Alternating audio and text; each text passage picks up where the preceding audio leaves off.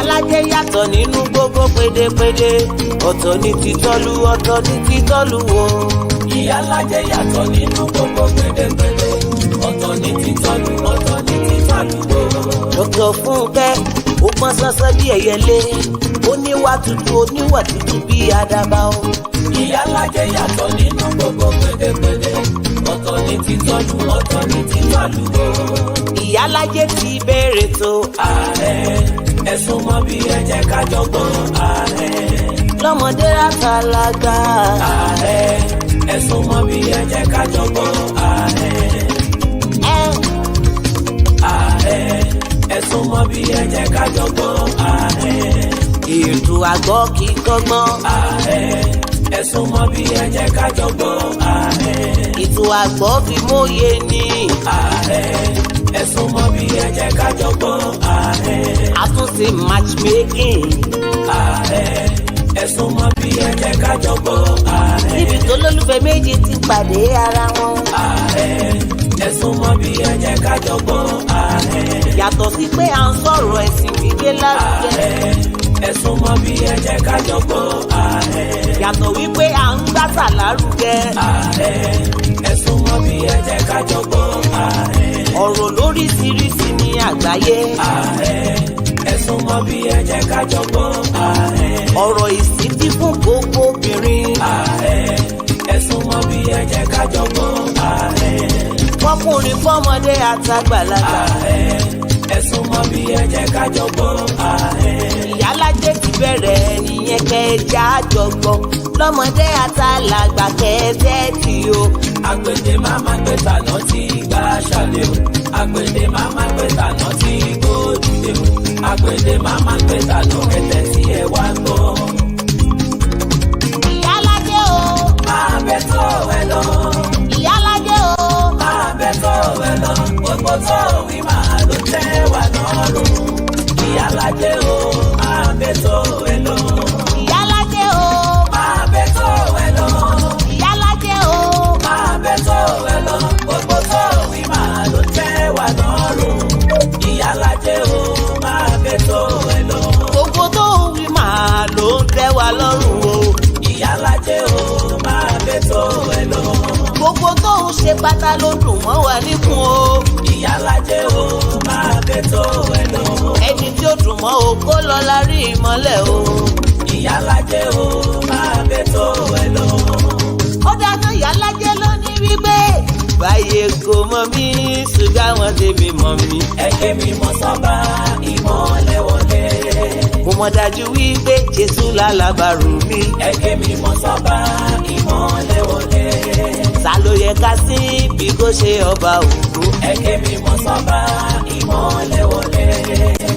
Ìyálájé ló ní wípé Jésù olùbásọ ọkàn mi o, ọ̀rẹ́ tí kò lè kọ̀ mí sílẹ̀.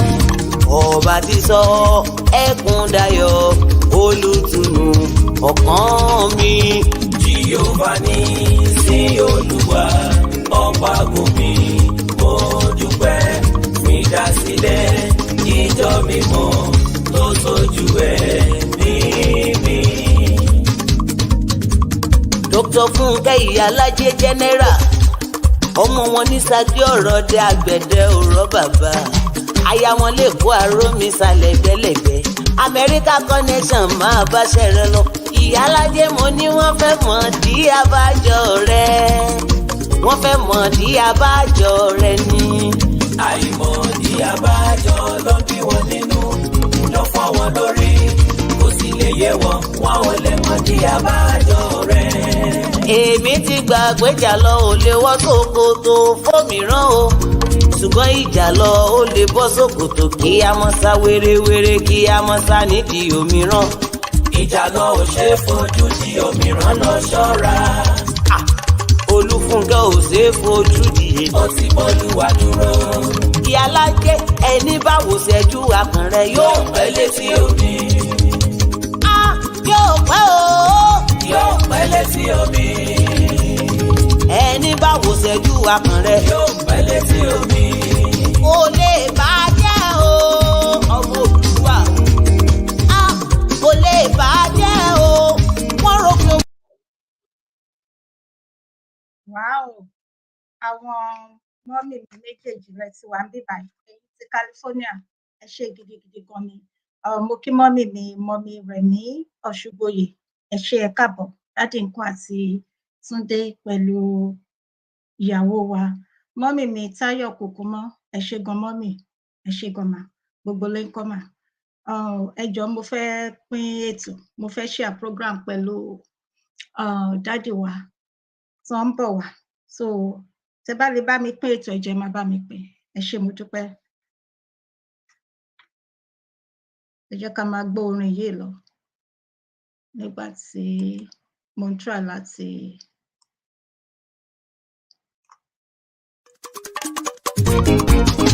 Ìyálájé yàtọ̀ nínú gbogbo pédépédé ọ̀tọ̀ ní títọ́lú ọ̀tọ̀ ní títọ́lú o. Ìyálájé yàtọ̀ nínú gbogbo pédépédé ọ̀tọ̀ ní títọ́lú ọ̀tọ̀ ní títọ́lú o. Dr. Fúnkẹ́ ó pọ́n sánsán bí ẹyẹlé oníwà tútù bí àdàbà o. Ìyálájé yàtọ̀ nínú gbogbo pédépédé ọ̀tọ̀ ní títọ́lú ọ̀tọ̀ ní títọ́lú o.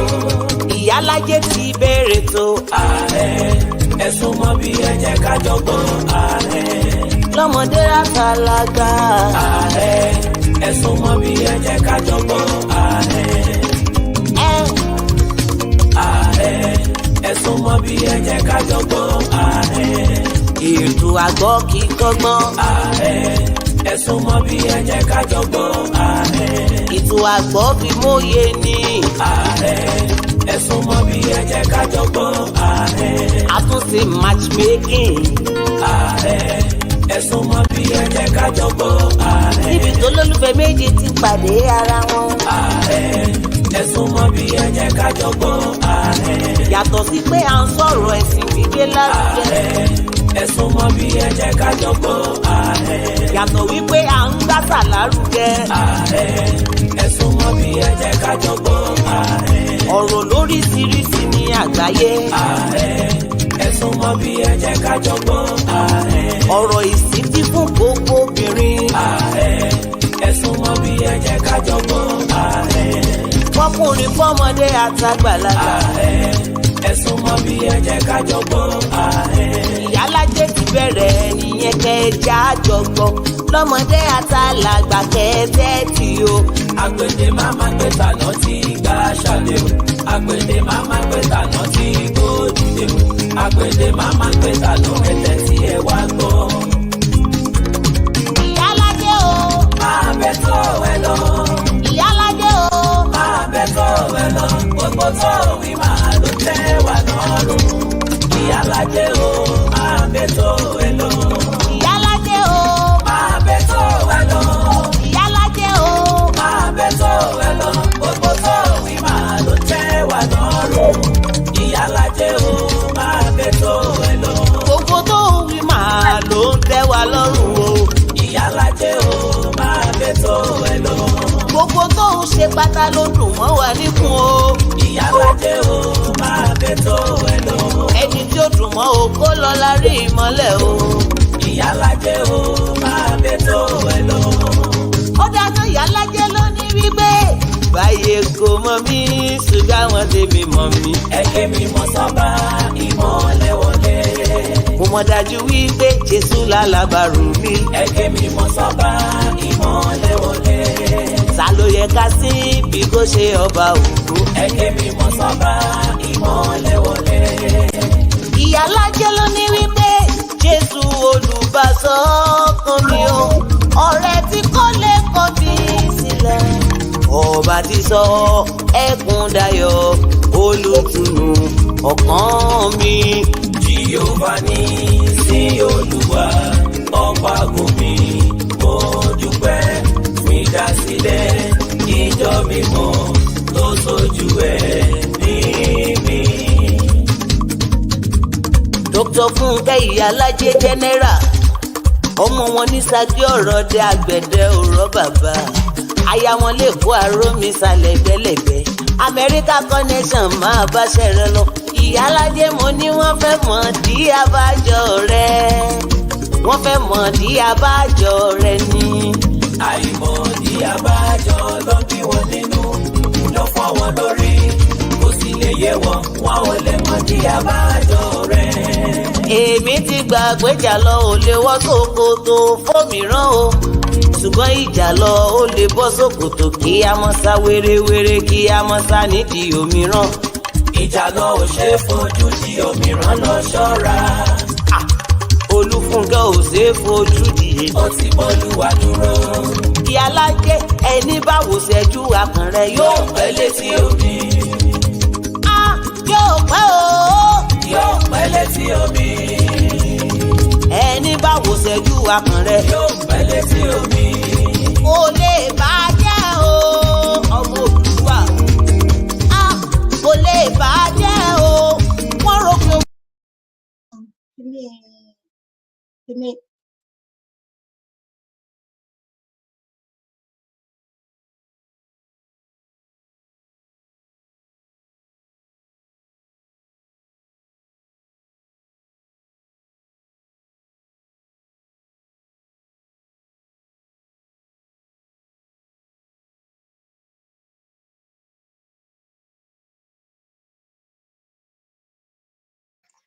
Ẹ káàsán, ẹ má bínú ẹ̀yin èèyàn mi, ẹ jọ̀ọ́ torí Ọlọ́run.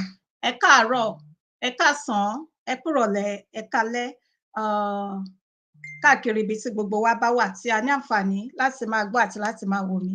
Ẹ jọ̀wọ́ ẹ má bínú, nǹkan tó ń ṣẹlẹ̀ sí mi pẹ̀lú Facebook page kò ṣẹlẹ̀ rí. Mo ń try láti send link sí daddy mi láti join mi. Mi ò kò lọ, so òun ni mo ń ṣiṣẹ́ lé lórí, ẹ jọ̀ọ́ torí Ọlọ́run. Ẹ gbà mí bí mo bá ṣe rí, ó máa work out.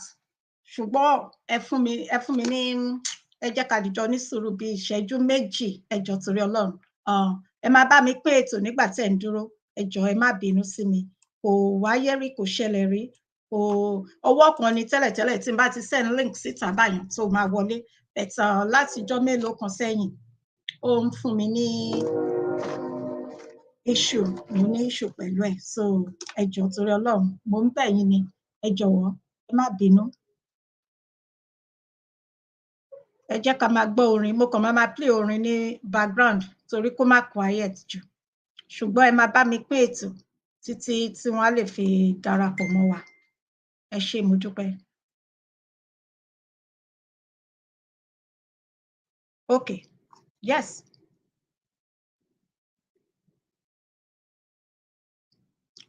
Bẹ́ẹ̀ni sir, yes, bẹ́ẹ̀ni sir.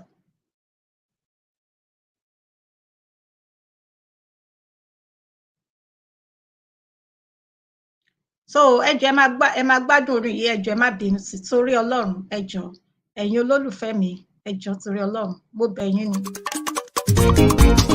Ìyálájé yàtọ̀ nínú gbogbo pédépédé, ọ̀tọ̀ ní títọ́lú, ọ̀tọ̀ ní títọ́lú wo.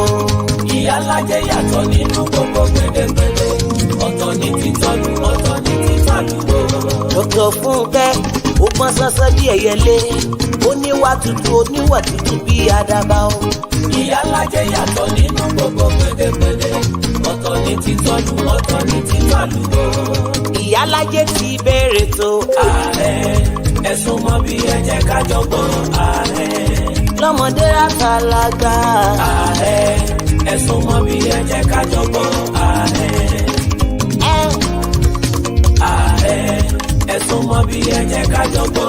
Ààrẹ ètò àgbọ̀ kì í kọ́gbọ́n. Ààrẹ ẹ̀sùn mọ́ bí ẹ jẹ́ ká jọ gbọ́. Àgbọ̀ fi mòye ni. Ààrẹ ẹ̀sùn mọ́ bí ẹ jẹ́ ká jọ gbọ́. Ààrẹ àtúnṣe matchmaking. Ààrẹ ẹ̀sùn mọ́ bí ẹ jẹ́ ká jọ gbọ́. Ààrẹ níbi tó lólùfẹ́ méjì ti pàdé ara wọn. Ààrẹ ẹ̀sùn mọ́ bí ẹ jẹ́ ká jọ gbọ́. Ààrẹ yàtọ̀ sí pé à ń sọ̀rọ̀ ẹ̀sìn gbígbé lárugẹ. Ààrẹ ẹ̀sùn mọ́ bí ẹ jẹ́ ká jọ gbọ́. Ààrẹ yàtọ̀ wípé à ń gbàsà lárugẹ. Ààrẹ ẹ̀sùn mọ́ bí ẹ jẹ́ ká jọ gbọ́. Ààrẹ ọ̀rọ̀ lóríṣiríṣi ní àgbáyé. Ààrẹ ẹ̀sùn mọ́ bí ẹ jẹ́ ká jọ gbọ́. Ààrẹ ọ̀rọ̀ ìsítí fún gbogbo obìnrin. Ààrẹ ẹ̀sùn mọ́ bí ẹ jẹ́ ká jọ gbọ́. Ààrẹ fọkùnrin fọmọdé àtàgbàlagbà. Ààrẹ ẹ̀sùn mọ́ bí ẹ jẹ́ ká jọ gbọ́. Ààrẹ ìyálà ìyálájé ti bẹ̀rẹ̀ nìyẹn kẹjá jọgbọ́ lọ́mọdé àtàlàgbà kẹ́ẹ́tẹ́ tí o. Àgbèdè máma gbé tàná tí gbà ṣàlẹ̀ o. Àgbèdè máma gbé tàná tí gbòdìdè o. Àgbèdè máma gbé tàná ẹ̀tẹ̀ tí ẹ wá gbọ́. Ìyálájé o. Máa bẹ tó ẹ lọ. Ìyálájé o. Máa bẹ tó ẹ lọ. Gbogbo tó wí máa ló tẹ́ wà lọ́rùn. Ìyálájé o. Máa bẹ tó ẹ lọ. Ìyálájé o. Máa bẹ tó ẹ lọ. Ìyálájé o. Máa bẹ tó ẹ lọ. Gbogbo tó wí máa ló tẹ́ wà lọ́rùn. Ìyálájé o. Máa bẹ tó ẹ lọ. Gbogbo tó wí máa ló ń tẹ́ wa lọ́rùn o. Ìyálájé o. Máa bẹ tó ẹ lọ. Gbogbo tó ń ṣe pátá ló dùn mọ́ wa níkùn o. Ìyálájé o. Máa bẹ tó ẹ lọ. Ẹni tí ó dùn mọ́ o kó lọ la rí ìmọ́lẹ̀ o. Ìyálájé o. Máa bẹ tó ẹ lọ. Ó dáná ìyálájé ló ní wípé báyé kò mọ̀ mí ṣùgbọ́n àwọn tèmi mọ̀ mí. Ẹ̀kẹ́ mi mọ sọ́ba ìmọ̀lẹ̀ wọlé. Mo mọ̀ dájú wípé Jésù lálábàárù mi. Ẹ̀kẹ́ mi mọ sọ́ba ìmọ̀lẹ̀ wọlé. Ta ló yẹ ká sí bí kò ṣe ọba ògo? Ẹ̀kẹ́ mi mọ sọ́ba ìmọ̀lẹ̀ wọlé. Ìyálájé ló ní wípé Jésù olùbásọ ọkàn mi o. Ọ̀rẹ́ tí kò lè kọ̀ mí sílẹ̀. Ọba ti sọ ẹkún dayọ̀ olùtùnú ọkàn mi. Jèhófà ní sí Olúwa ọba gòmí. Mo dúpẹ́ fún ìdásílẹ̀ ìjọ mímọ́ tó ṣojú ẹ̀ ní mi. Dr. Fúnkẹ́ Ìyálájé general ọmọ wọn ní Ṣakí ọ̀rọ̀dẹ àgbẹ̀dẹ òrọ̀ bàbá aya wọn lè kó àrómi sálẹ̀ gbẹ́lẹ̀gbẹ́ Amẹ́ríkà connection máa bá ṣẹ̀rẹ̀ lọ. Ìyálájé mo ní wọ́n fẹ́ mọ̀ dí abájọ rẹ̀ wọ́n fẹ́ mọ̀ dí abájọ rẹ̀ ni. Àìmọ̀ dí abájọ ló bí wọn nínú ló fọ́ wọn lórí kò sì lè yé wọn wọn ò lè mọ̀ dí abájọ rẹ̀. Èmi ti gbàgbé jà lọ ò lè wọ́ ṣòkòtò fómìíràn o ṣùgbọ́n ìjà lọ ó lè bọ́ ṣòkòtò kí a mọ́ sá wérewére kí a mọ́ sá nídìí òmíràn. Ìjà lọ ò ṣe é fojú di òmíràn lọ ṣọ́ra. Olúfúnkẹ́ ò ṣe é fojú di. Ó ti bọ́lúwa dúró. Ìyálájé ẹni báwo ṣẹ́jú akàn rẹ̀ Yóò pẹ́ létí omi. Yóò pẹ́ o. Yóò pẹ́ létí omi. Ẹni báwo ṣẹ́jú akàn rẹ̀ Yóò pẹ́ létí omi. kò lè bàjẹ́ o.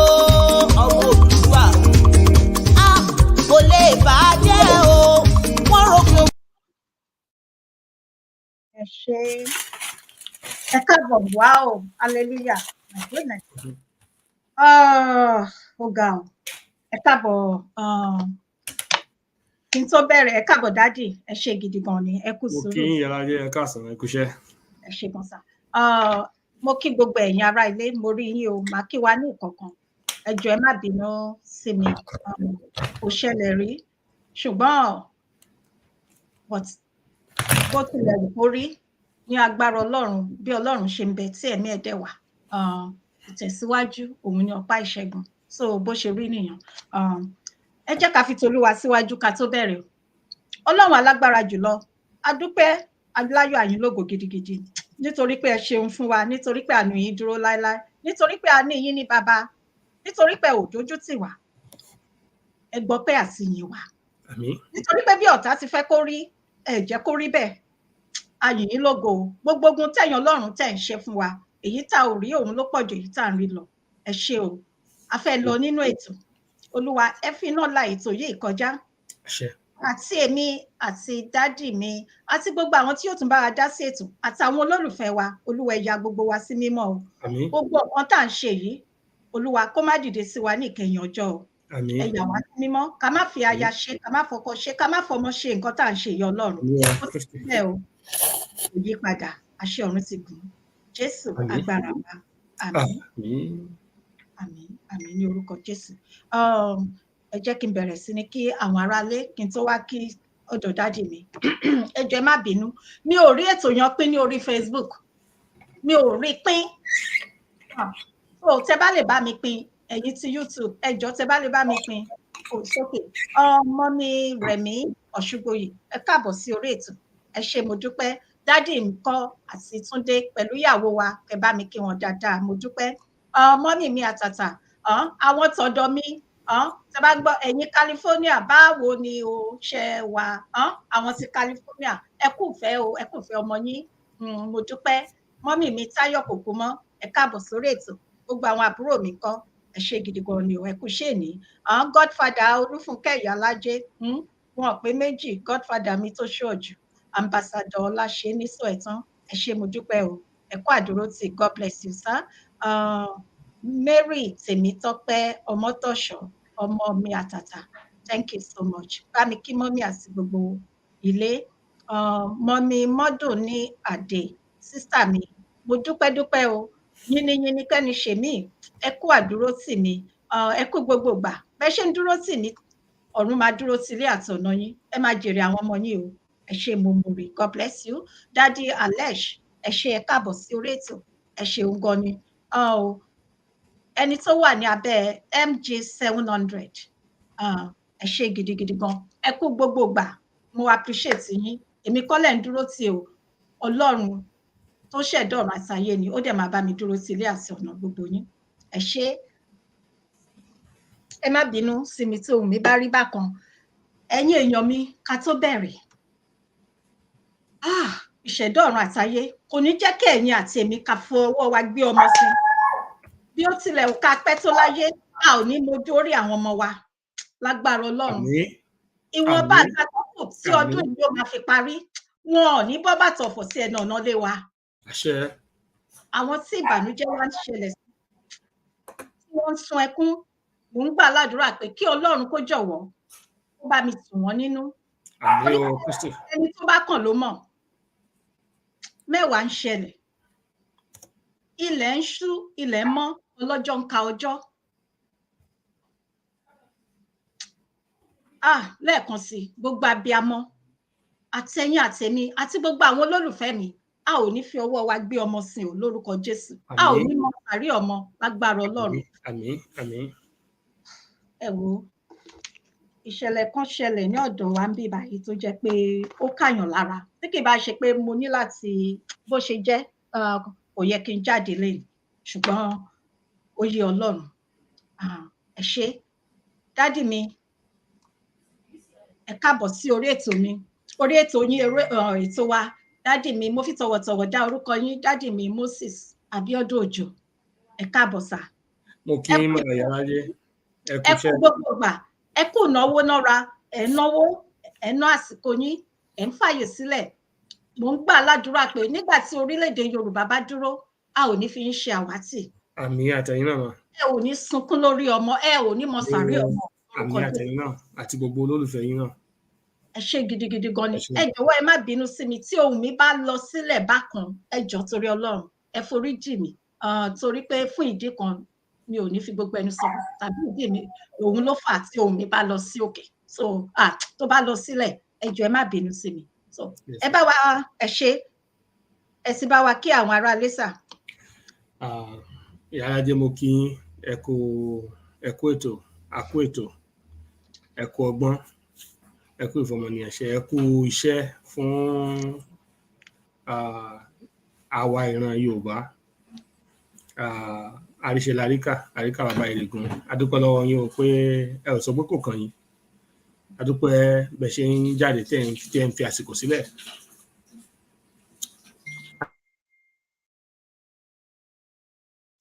adúpẹ́ pé ẹ ń fi àsìkò sílẹ̀ Ọlọ́run á san fún yín ní dáadáa lágbára Èdùmàrè mo sì tún rọ̀ yín ẹ kú ara ẹ kú ọkàn líle mi ò mọ nǹkan tó ṣẹlẹ̀ ṣùgbọ́n mo gbà ládùúrà pé Ọlọ́run á bu òróró ìtura sí gbogbo ibi tí ọgbẹ́ ìbànújẹ́ bá wà Ọlọ́run á fún wa ní okun láti kí ìgbàgbọ́ wa kó múlẹ̀ irú ìṣẹ̀lẹ̀ ibi báyìí kò dẹ̀ ní ṣẹlẹ̀ sí wa àwọn tó kàn tó lè kàn wá sí ọmọ Yorùbá lápapọ̀ ọjọ́ ogbó àlàáfíà Olódùmarè á jogún ẹ̀ fún gbogbo wa. Àmín. Gbogbo ibi tí wọ́n bá dẹ̀ tí wọ́n ń banújẹ́ kí Ọlọ́run kó tù wọ́n nínú. Àmín. Àmín. Gbogbo ohun tá bá ṣe láyé ìtàn náà ni, gbogbo wa náà ní ìtàn, so ká tó kẹ́kọ̀ọ́ nú ẹ̀ lákòókò tá a wà tọ́lọ́run ní ká máa jẹ́ èèyàn alààyè ọkàn, gbogbo ògo tọ́lọ́run ní ká ṣe rere. Mo kí gbogbo àwọn olólùfẹ́ yín, àwọn tó ń gbọ́ wa, àwọn tó ń wò wá lọ́wọ́lọ́wọ́, àwọn tó á máa wò lọ́jọ́ iwájú, ẹ káàbọ̀ sórí ètò. Ìṣẹ̀lẹ̀ bí oníṣẹ̀lẹ̀ sínú ilé yín o, kò ní ṣẹlẹ̀ sínú ilé yín, kò ní kàn yín, àwọn tó lè kàn yín Ọlọ́run jẹ́ kó ṣẹlẹ̀ síbẹ̀. Àmín. A ní kíkí ojú la máa fi rí, tí ó sì máa fi wo èrè àwọn ẹni ibi, ṣùgbọ́n búburú kan kò ní ṣubú lù yín, àrùn kárùn kò sì ní wọlé tọ̀ yín wá o. Àmín. Nípa agbára àgbàláwọ̀ rẹ̀, Ọlọ́run á dáàbò rẹ̀ bò gbogbo wa. Àmín. Ẹ káàsán, ẹ káàbọ̀. Wow. Ẹ ṣé gidigidi gan ni dáàdì mi. Honorable Moses Abiodun Ojo, ẹ ṣé gan. Àjọṣe wa kò ní bàjẹ́. Ìfẹ́ tí Ọlọ́run fi sí inú yín láti ìfẹ́ Ọlọ́run tí ẹ ní sínú ayé mi kò ní bàjẹ́ lórúkọ Jésù. Ẹ ṣé gidigidi gan ni. Ọlọ́run ò ní jẹ́ kí n jọra mi lójú ní ọ̀dọ̀ yín. Ẹ káàbọ̀ sí orí ètò wa. Ká tó tẹ̀síwájú, mo tún rí màmá wa àṣà àti ìṣe ilẹ̀ Yorùbá. Mo ń kí yín pé ẹ káàbọ̀ sí orí ètò. Ẹ ṣé gidigidi gan, ẹ kú iṣẹ́. Pásítọ̀ Marcel Babatọ́pẹ́, ẹ ṣé gidigidi, ẹ kú iṣẹ́. Ṣé ara ti le? Ẹ pẹ̀lẹ́ sà, ẹ káàbọ̀ sí orí ètò. Mo fẹ́ ká kọrin kan, ẹ jọ̀ọ́ ẹ má bínú sí mi. Ọdún ń lọ sópin o, bàbá mi mọ́. Fi ṣọ́ rẹ̀ ṣọ́ wa o, bàbá rere, ohun tó ń pani lẹ́kùn o nínú ọdún, máa jẹ́ kó ṣẹlẹ̀ sí wa o, bàbá rere. Ṣé ẹ jẹ́ ká bẹ̀rẹ̀ ètò. Tẹ́ bá rí ètò wa yìí, ó pín sí ọ̀nà 3 sí 4. Ó máa lẹ́tìkẹ́, ó lágbára, ó ń ṣe kí ni, ó ní agbára. Ní àkọ́kọ́, omi inú kọ mí, àyà dẹ̀ fò mí, ó dẹ̀ ń dunni lọ́kàn ní ọ̀pọ̀lọpọ̀. No, ẹ jọ̀ọ́ má bínú. Yes, mo rí kọ́mẹ̀ntì yìí, mo wà ní orí Facebook sà, ṣùgbọ́n mi ò lè pín. Mo wà níbẹ̀, mi ò rí pín, wọ́n block mi. So mi ò lè pín ètò yan rárá ni.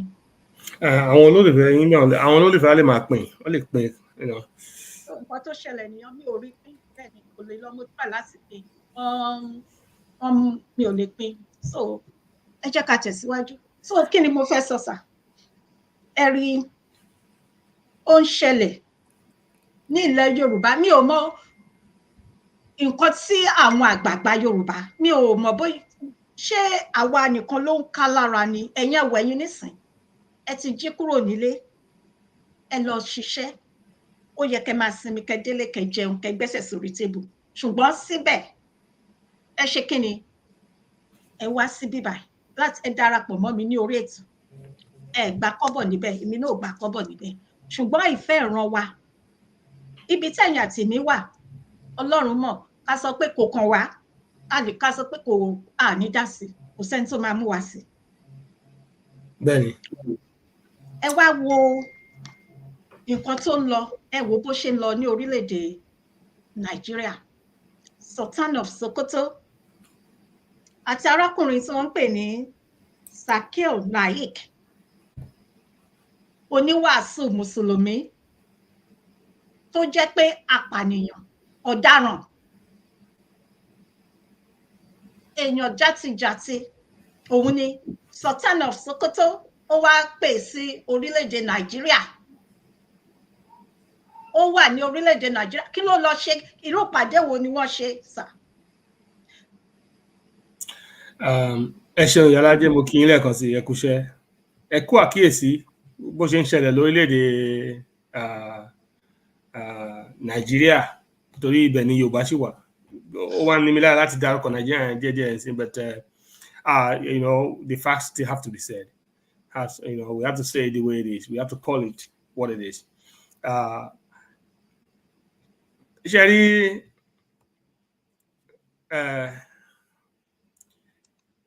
gẹ́gẹ́ bẹ́ẹ̀ ṣe ṣàlàyé àwọn èèyàn wa nílé mi mọ̀ ṣe mọ̀ pé tí ìṣẹ́ tó bá ṣẹ̀yàn títí ó dà pé ó máa ń da orí àwọn èèyàn rú, kì í jẹ́ káwọn èèyàn ní làákàyè, kì í jẹ́ kí làákàyè ó wà nínú èèyàn. Tí ìyà bá pọ̀ jù, tí ìyà bá pààyàn lórí, èèyàn ní mọ̀ nǹkan tó ń ṣe mọ́. Ẹ mọ̀, Nigeria is a laughing story. I don't understand how to put it. Because but we will continue. That's a joke. Nigeria is a joke.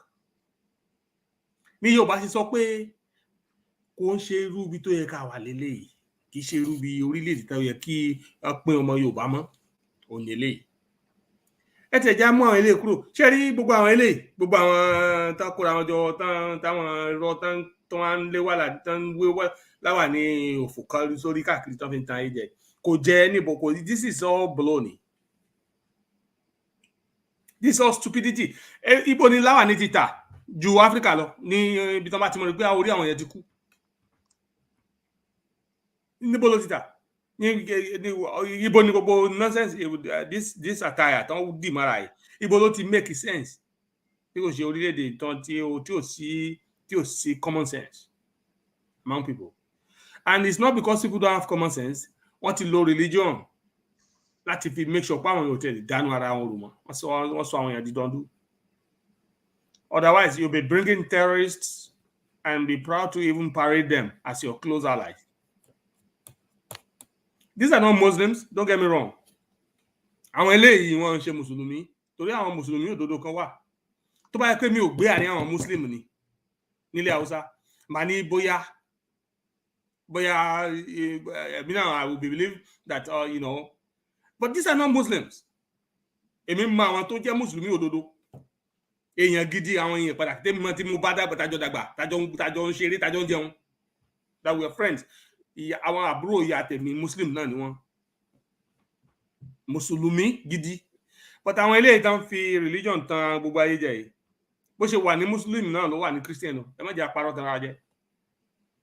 Ṣé irú àwọn Pastor Adébóyè lẹ́fẹ́ pè ní Christian òdodo? Ẹ má bínú ọgbọ́n yẹn tó jẹ́ France yàrá jẹ́ tẹ̀lé jẹ́ ọmọ Redeem àbí but ó dọ̀rọ̀ ní ká má sọ ohun. Is that a good example of what Christ will do? What these people are doing? Àbí ṣé Kristi gan òdìdé kó sọ̀rọ̀ sáwọn àwọn olórí ayé gbà yẹn? Otherwise, some kí ló dé ṣe pa? Because Jesus will not keep quiet. He never kept quiet. Àwọn parade àwọn terrorists káàkiri as I don't want to talk about this religion. It doesn't make a sense to me. Yeah, Nigeria is not going to survive. Kì í sọ̀rọ̀ ẹ̀ pé. But ìṣẹ̀rí ṣiṣẹ́ ló máa ń ṣe wúrẹ́ tí ewúrẹ́ fi ń ṣọkọ ìyá ewúrẹ́. Yorùbá ló sọ bẹ́ẹ̀. Wọ́n ní ṣiṣẹ́ ló máa ń ṣàgùtàn tágùtàn fi ń ṣọkọ ìyá rẹ̀. Gbogbo eléyìí tí wọ́n ń ṣe yìí àṣìṣe ló bá wọn. Because Yorùbá máa lọ gbogbo ibi tó bá wù kan. Bí ó ṣe rí ni kò sẹ́ni tó yé, ẹnì kankan ò sì ní gba ògo. Kò sí èèyàn kan tá a gbọ́gbọ́ pé bí ò bá sí tèmi irọ́ ni. Iṣẹ́ tọ́lọ́run ti pọ́n ní adúṣe bí nǹkan tọ́lọ́run bá ti ṣe tán. Aṣòro ṣe bẹ́ẹ̀ tọ́lọ́run wà náwó sí. Ṣùgbọ́n gbogbo wa láti ká gbọ́dọ̀ sọ pé a gbọ́ ká máa dá sí. Ẹni tí ò ní dá sí o. Ṣùgbọ́n àwọn táà ní gbójú kúrò ń bẹ̀ a sì wà ń bẹ̀ náà.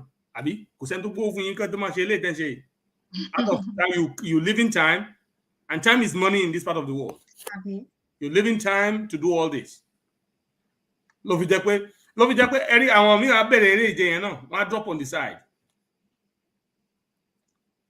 Ṣùgbọ́n ìmọ̀ràn kan tèmi àkàngbà gbogbo àwa tí a wà nínú struggle yìí tọkàntọkàn ni pé ẹ má jẹ́ kó sú wa, ẹ má jẹ́ kó rẹ̀ wá. Don't let us be discouraged by all this nonsense. Or ká máa bẹ̀ sí ní ronú fún wọn pé kí ni èrò tán rò àbí kí ni ìpàdé tí wọ́n ń ṣe.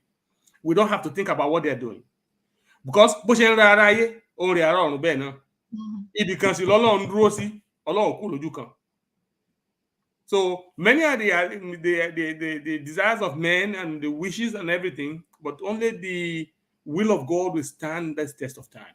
And the will of God ni pé kí ọmọ Yorùbá kó dá dúró, ó dá èmi lójú débẹ̀ ni. So gba àwọn eléyìí tán wá ń kóra àwọn ọjọ́ tán ṣèpàdé, wọn lè má ṣèpàdé. Kò dẹ̀ sípàdé míì tán ṣe. Wọ́n ṣe pa Bọ́lá Ahmed Tinubu ẹ jẹ́ ẹ lọ kọ̀rọ̀ mi sílẹ̀. Kò sí ìpàdé ọ̀kan tí wọ́n ń ṣe. Torí pé nínú ojú wọn, wọ́n rò pé bóyá President Tinubu ó lọ́wọ́ sí bó ṣe fi Sunday Igboho lẹ̀. Eléyìí tí Tinubu kò mọ nǹkan pa àṣẹ máa fà tó wáyé pé bọ́n ṣe fẹ́ ni, báwọn Ọbásanjọ́ ṣe fẹ́ ni, bí kan fi parẹ̀ sínú àhámọ́ ni wọ́n fẹ́. Kán lè máa ráyè ṣe ìbàjẹ́ lọ lórílẹ̀-èdè ibi tí wọ́n wà, kán máa ọpẹ́ ẹ̀fún. Ìyóòdà ẹ jẹ́ ń bi léèrè, owó wo tún ni Bọ́lá Ahmed Tinubu wà? Ìwò mi ló tún fún tó fẹ́ ní. Ó sì dá lójú, ó mọ̀ nínú ara ẹ̀ 20 years ago pé Yorùbá ò yẹ kó wà lórílẹ̀-èdè Nàìjíríà. Okay, ó tún wá wà ní the highest office in the land that can make the departure of Yorubas much easier. What are we wasting time for? Tí o bá ṣe nǹkan tó kọ́ ṣe, àwọn tó fẹ́ pa ìnáwó máa fẹ́ pa. Ó kàn wá ń ká wa lára because wọ́n á tó wá fi sínú statistics. Bó ṣe pa àwọn ọmọ Yorùbá tó ti lọ. Bó ṣe wù ká cut ká dá ẹsẹ̀ sí. Tinubu is still Yorùbá man. Tó bá rí ipa, it's a slap on Yorubas. But I just me support presidency Iran tí wọ́n bá káàkiri. I'm not in support of that. This type of my desire and my hope. I stand in one place. Ní pé kí Yorùbá kó kúrò, ká dá dúró gedegbe. Not because I hate the other part or the other Nigerians, no. But Sherita Badadro, this Western world will continue to keep Africa down. It's a greater cause than just Yoruba alone. But once Yoruba starts, Yoruba is the pace that the boy will get. We set the pace worldwide. And so if we set the pace in Africa, so will the rest of Africa go, and where will they continue to take us, captive? Nowhere. That's why my desire is for Yoruba land to stand, and let us show the world how leadership, how government should be led, how people should be governed. Because our only dialogue. Meanwhile, you have your children here being àwọn tó pọn wọn tán anchor governance wọn lórí are your children. They anchor their healthcare on your children. They anchor their business, their finances on your children. Ta ló lórí wọn treasury secretary wọn ní Britain, ta ló lórí treasury secretary wọn ní America. These are all Yoruba people. Why are we therefore? Why should we continue to drain our brains into slavery and let our people live, in penury, abject poverty? And we are like like an eyesore on the face of earth. Kò sí bá ṣe rò bó ṣe, but a ò ní dákẹ́ because bá ṣe ń sọ sí wọ́n máa gbọ́ o, àwọn èèyàn ń gbọ́ káàkiri, àwọn tó yẹ kó gbọ́ lórílẹ̀-èdè Nàìjíríà wọ́n ń gbọ́. So lẹ́ni tó bá ti pé èèyàn ń sọ wọ́n ní iṣu àtẹnumọ́ràn ni kì í jóná, tó bá yá a máa ṣí wọn náà níyè because ẹ̀rọ báyìí ẹ gbé báàgì ìrẹsì bóyá bí 100 fún odidi ìlú kan, ẹni kan máa pín báàgì ìrẹsì odidi bóyá fún odidi ìlú ẹ lè ná 100,000 lórí àbí ẹ lè ná 1 million lórí báàgì ìrẹsì ẹ kó fún àwọn èèyàn ní agbègbè kan. Ẹ wá lọ ra 160 million naira car for just one lawmaker, one legislature. There are almost 400 there. 160 million in 400 places. I calculate here. Kisha Nigeria not to build the motor. So the money is not in Nigeria. Because you know the Yoruba. ECOWAS America, ECOWAS London, ẹ lọ tún kó owó fún wọn. Mọ́tò tó kó tó bá bàjẹ́, nítorí wọ́n sọ pé bulletproof whatever, ẹ ní mechanic ẹyọ kan tó lè túnṣe. So the service and the maintenance of those cars is where? What type of sense is that? And in another 3-4 years or 5 years from now, the vehicles will be useless. Ẹ sọ fún mi. Now, give me the same amount of money. Let us put it into refineries in Nigeria. Ṣé kò ní ṣiṣẹ́? Mo sọ pé Nigeria will work. It's never going to work. It's not that these people are stupid, they don't know what to do. But the system is put in place where they cannot do what they're supposed to. Mo ṣe ń sọ pé tabaníkà wo tọ́jọ́ orí, bàbá wa Tinubu, Bọ́lá Ahmed Tinubu ó ti dàgbà. Ó tóbi tágbà ń lọ. Kò wá yẹ kí nǹkan mahuru kan ó yẹ kó dẹ́rù bà. Tabaníkà wo ti ipò, kò sípò mi tó fẹ́ dé láyé tó ga jù tó wà lọ. So kí ni mahuru ìhàlẹ̀ àgbẹ̀ tó ń gbé kókò tó lọ ń sọ ìdó? Ṣé Lambo ń lọ́mọ gidi? So why is he afraid? Why is he not doing what's supposed to? He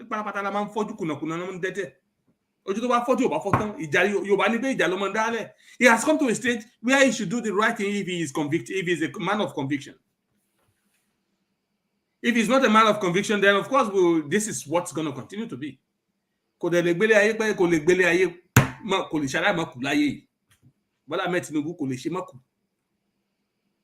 And tí o tó ń kú, ẹni tí o tó jùlọ ń kú, kò ṣe pé bí a mo sọ̀rọ̀ kú pé bóyá mo yọ̀ pé bóyá mo fẹ́ kó kú o, mo fẹ́ káwọn èèyàn gbọ́ wa dáadáa. So what's going to be his legacy when he leaves? Ẹ wá láwọn ilé ńkó, wọ́n ṣe ní kó Gàmbàrí àwọn tó máa tó fẹ́ ṣe ẹ̀mí ẹ̀ ní ṣùtà. These are all terrorists, these are people of shady characters, these are all underworld people, underground, underworld, people of no status, except when it comes to crime. These are all imbeciles in government. These are the people we're parading as our own leaders. And they are happy. The Western world is happy.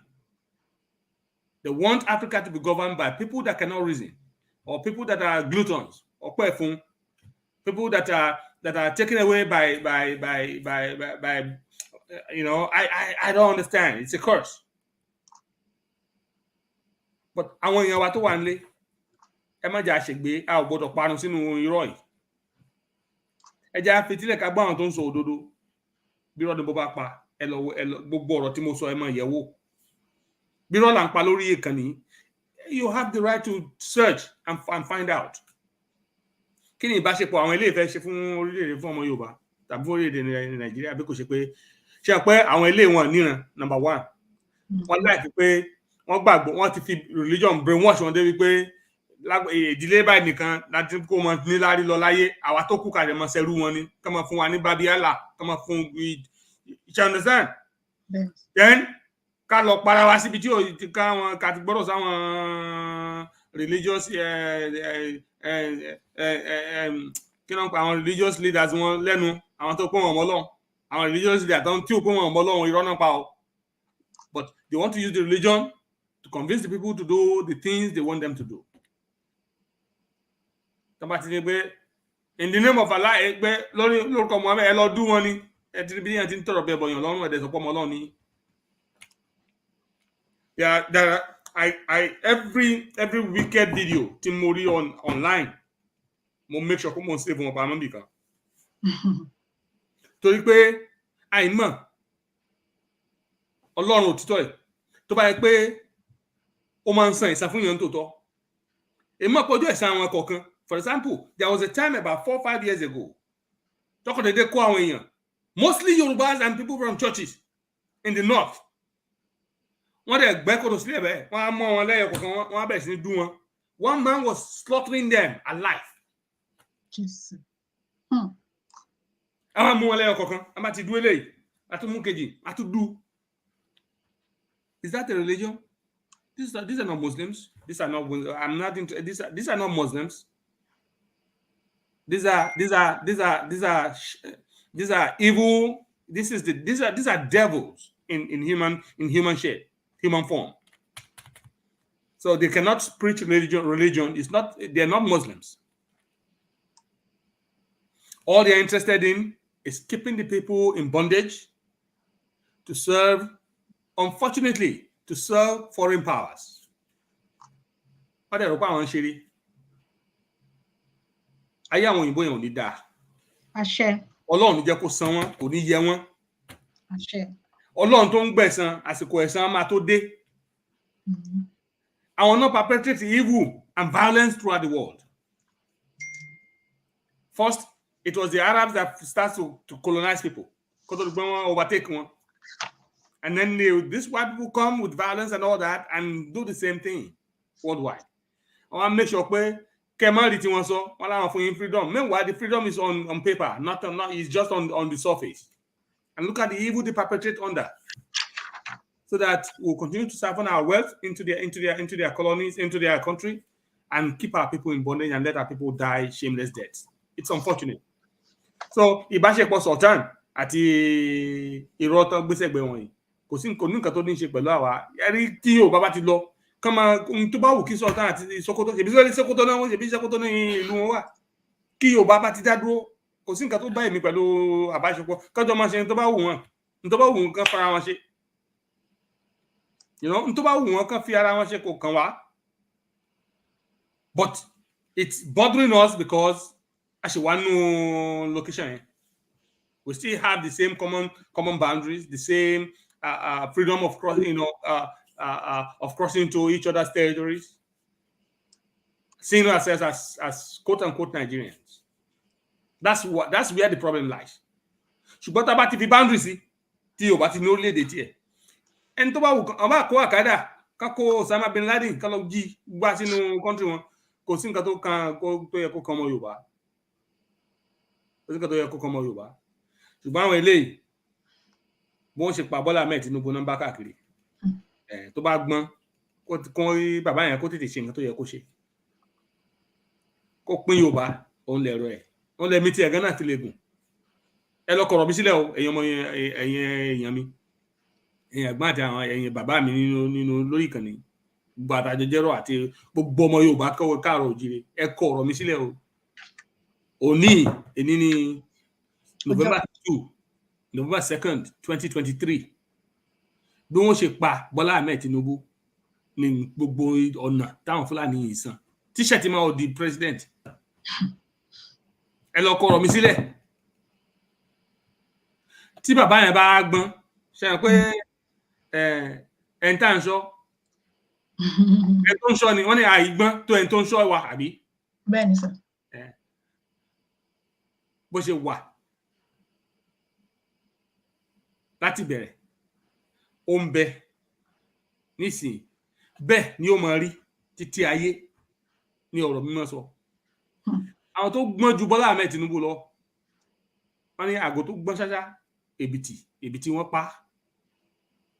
Ẹ lọ wo gbogbo àwọn ọmọ Yorùbá tó ti padà nù táwọn Fúlàní ti fi ṣòfò. Àfọ̀njá tó nífọ̀n tó lè kanná wọ́n pa bí fìtílà ni. Sókò ayé ká kọ́ ọgbọ́n nínú history wa ká wo ẹ̀yìn wò. Wọ́n ní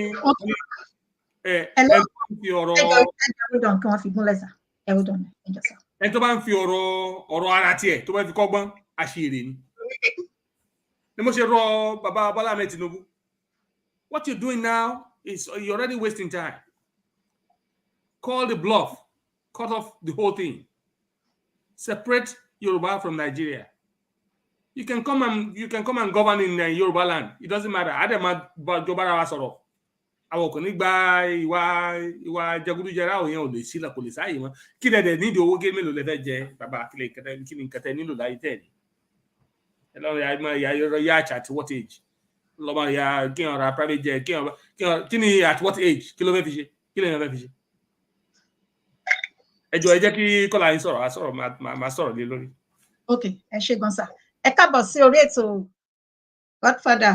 Ẹ ṣé gan ma. Yes sir. Ẹ jẹ́ ta Mr. Abiodun.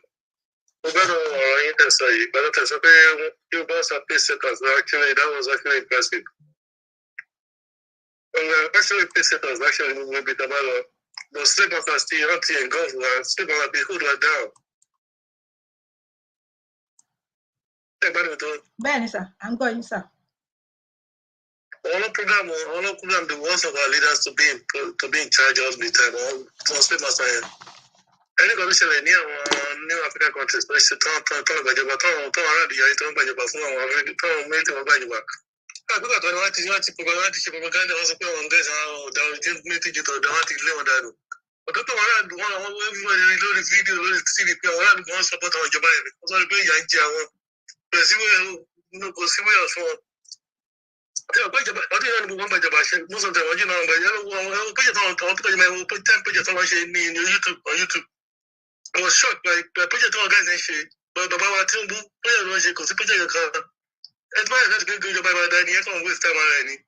Nígbà tó ń sọ pé nígbà tó ń tọ́ try to test me kọ̀tọ̀ ẹ̀dájọ́ tó ń sọ pé bẹ́ẹ̀ list ni wọ́n ní ìsinmi kan olówó wọn lè yí kankan padà. Wetin sábà lè kó ìwà látọ̀run wọn ní àbí báwo?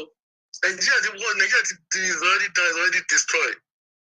Àfi tó bá lè kó ìwà látọ̀run àwọn oníwà adájọ́ látọ̀run wa pé kí wọ́n adájọ́ ẹnìkan ló kù. Tẹ́gbẹ́ Nàìjíríà náà ni wọ́n ṣe wà. Nàìjíríà system is already destroyed, is gone. Ìgbà gbogbo dẹ̀ mọ̀, àwọn bàbá yẹn náà dẹ̀ mọ̀, wọ́n kàn lọ láfàyà, wọ́n kàn lọ ọ̀dọ́, wọ́n fi wá rúgbó ni. Náà tí bàbá sọ tí bàbá Mr. Johnson ṣe pé kí ni bàbá Tinubu ń dúró. That's actually very, very shocking to me. But the condition is that once you are signed with the slave master, you have to carry out their will. That's the problem. Once you sign up with them, because one slave master will be there. America government, I want to pay you to college Tinubu. American government knows everything about him now. So when they support it, we do money from support them. We do only my jet one there. Nigeria. Nigeria is registered on the New York Stock Exchange market. Nigeria is registered as a corporation, but I only compared with British money. Because they were only incorporated with British entity. So as long as we're in Nigeria, there's no way out. We cannot come back to Tinubu, but see way out for now. Nigeria is a done country. It's finished. I will run things. Our project here, Nigeria was ó stop uranium free France sáwọn European countries. The magic convention is for UDJ. Uranium to what almost $300 right now per day, per kilo ton tar, second. 180 cents. Our people say, there's no we can even call it. It's not even. What over $200? Say there, they want 80 cents. They want fully 80 cents. Take it. I want to say, how many bottom panel Nigeria every day? Oh, God, people will stop. Burkina Faso stop good digit. I also pay no good for Europe. Oh, to take on good love. See, good love. The phone could go. The phone will always go on. Don't share good, but you can only go back. We are to life for life will remain the same. Imagine, these are slaves. You don't have to slave masters now. So one Africa like a slaves, and you tell them, Jabba Tinubu, I'm not going to buy it. I want to see from something for me. Tell me the yellow, America, the yellow, I get it. They are tying him down. What you want to decide, you don't want to side with the devil. We don't know, because we don't know, because we need to go to. Everybody that's a very big thing for me. I also learn on Baba, so I'm also a good talker, but you come there. The most challenging thing is that. Is global warming. Molecular conflict with global warming. This is one of the slave master. One of slave master. Hey, man, I just $5 billion. Give me Yahweh. Calling on a month for Yahweh, but you know, 1.something billion. New kitchen,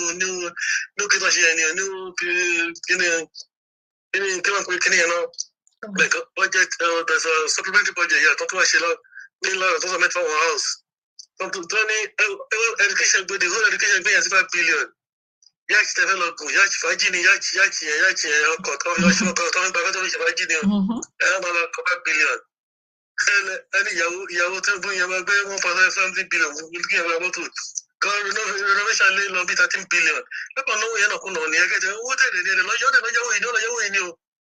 What's the Yahoo? I get it because I don't know what I mean. Because what's that would want to avoid not on my own. We're not my good and one of the good or good. I want to go to cool off and look at the love and over. No good as well. You put on the love and over. You know what you are about. Don't how can they stop the how can we stop the stop a new nation? Yep. Oh, it's like only trillions of whatever I was saying. Bene, sir. Now, in Nigeria, actually 75 trillion, 100 trillion naira. When you kill a lake, there's a book here to get it. I don't know what's wrong with us. Unless you Baba Dijwali, Our leaders in Nation, young one of us, one of together because those ones were the no. Oh, you're just Nigerians, but you're Nigerians, to be honest with you. Look at last year, but everybody in Nigeria, that's when Yoruba Nation should have used the opportunity and declare the nation. A rumba, no. We declare. I get everyone. There's no social, there's no plan. They can bust it. They're busting off instruments. One in one guns, one ammunition, one worship, one worship, everybody hide it. So one yeah, but we belong. One no possible. But I mean, you can hide anywhere in the world. One worship,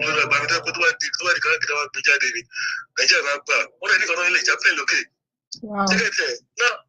Check it. So, you have what come on, call state, come on, call it, no more. I don't know. What's your you?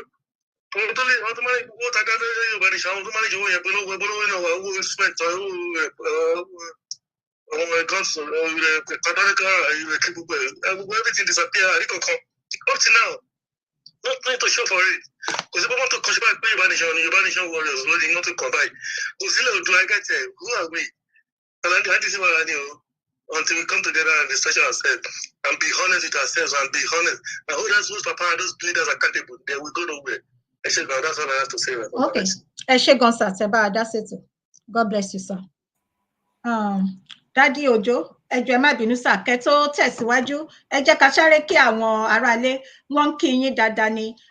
Màá bẹ̀rẹ̀ láti ọ̀dọ̀ bàbá mi, ọ̀gá mi, ọmọ ìyá mi àtàtà, Dr. Michaela, ẹ kú ìnáwó, ẹ ṣé gbogbo ìgbà, kò ní tán níbẹ̀ o, Ọlọ́run máa gbé orí yín sókè o, ẹ ṣé, mo dúpẹ́. Màámi Táyé Bákàrè, ẹ ṣé, ẹ káàbọ̀ sórí ètò, a dúpẹ́ o. Daddy Adéwálé Awóṣẹ́gun, Daddy Akeem Ayọ̀délé, Daddy Amusan Tamad, ẹ káàbọ̀. Daddy Taiwo Olówó Decent, ẹ káàbọ̀, ẹ ṣé gidigidi gan ni. Ta ló tún kù? Mo rí èèyàn mi náà ní bíbá yìí, bàbá wa Àkàlàmàgbò TV, ẹ kú iṣẹ́ o, ẹ kú ìfẹ́ ìran wa. Fìlà abetí ajá yìí, mo máa ó lágbára tẹ́ bá rí pé máa ń já yín sí pẹ̀lú fìlà abetí ajá.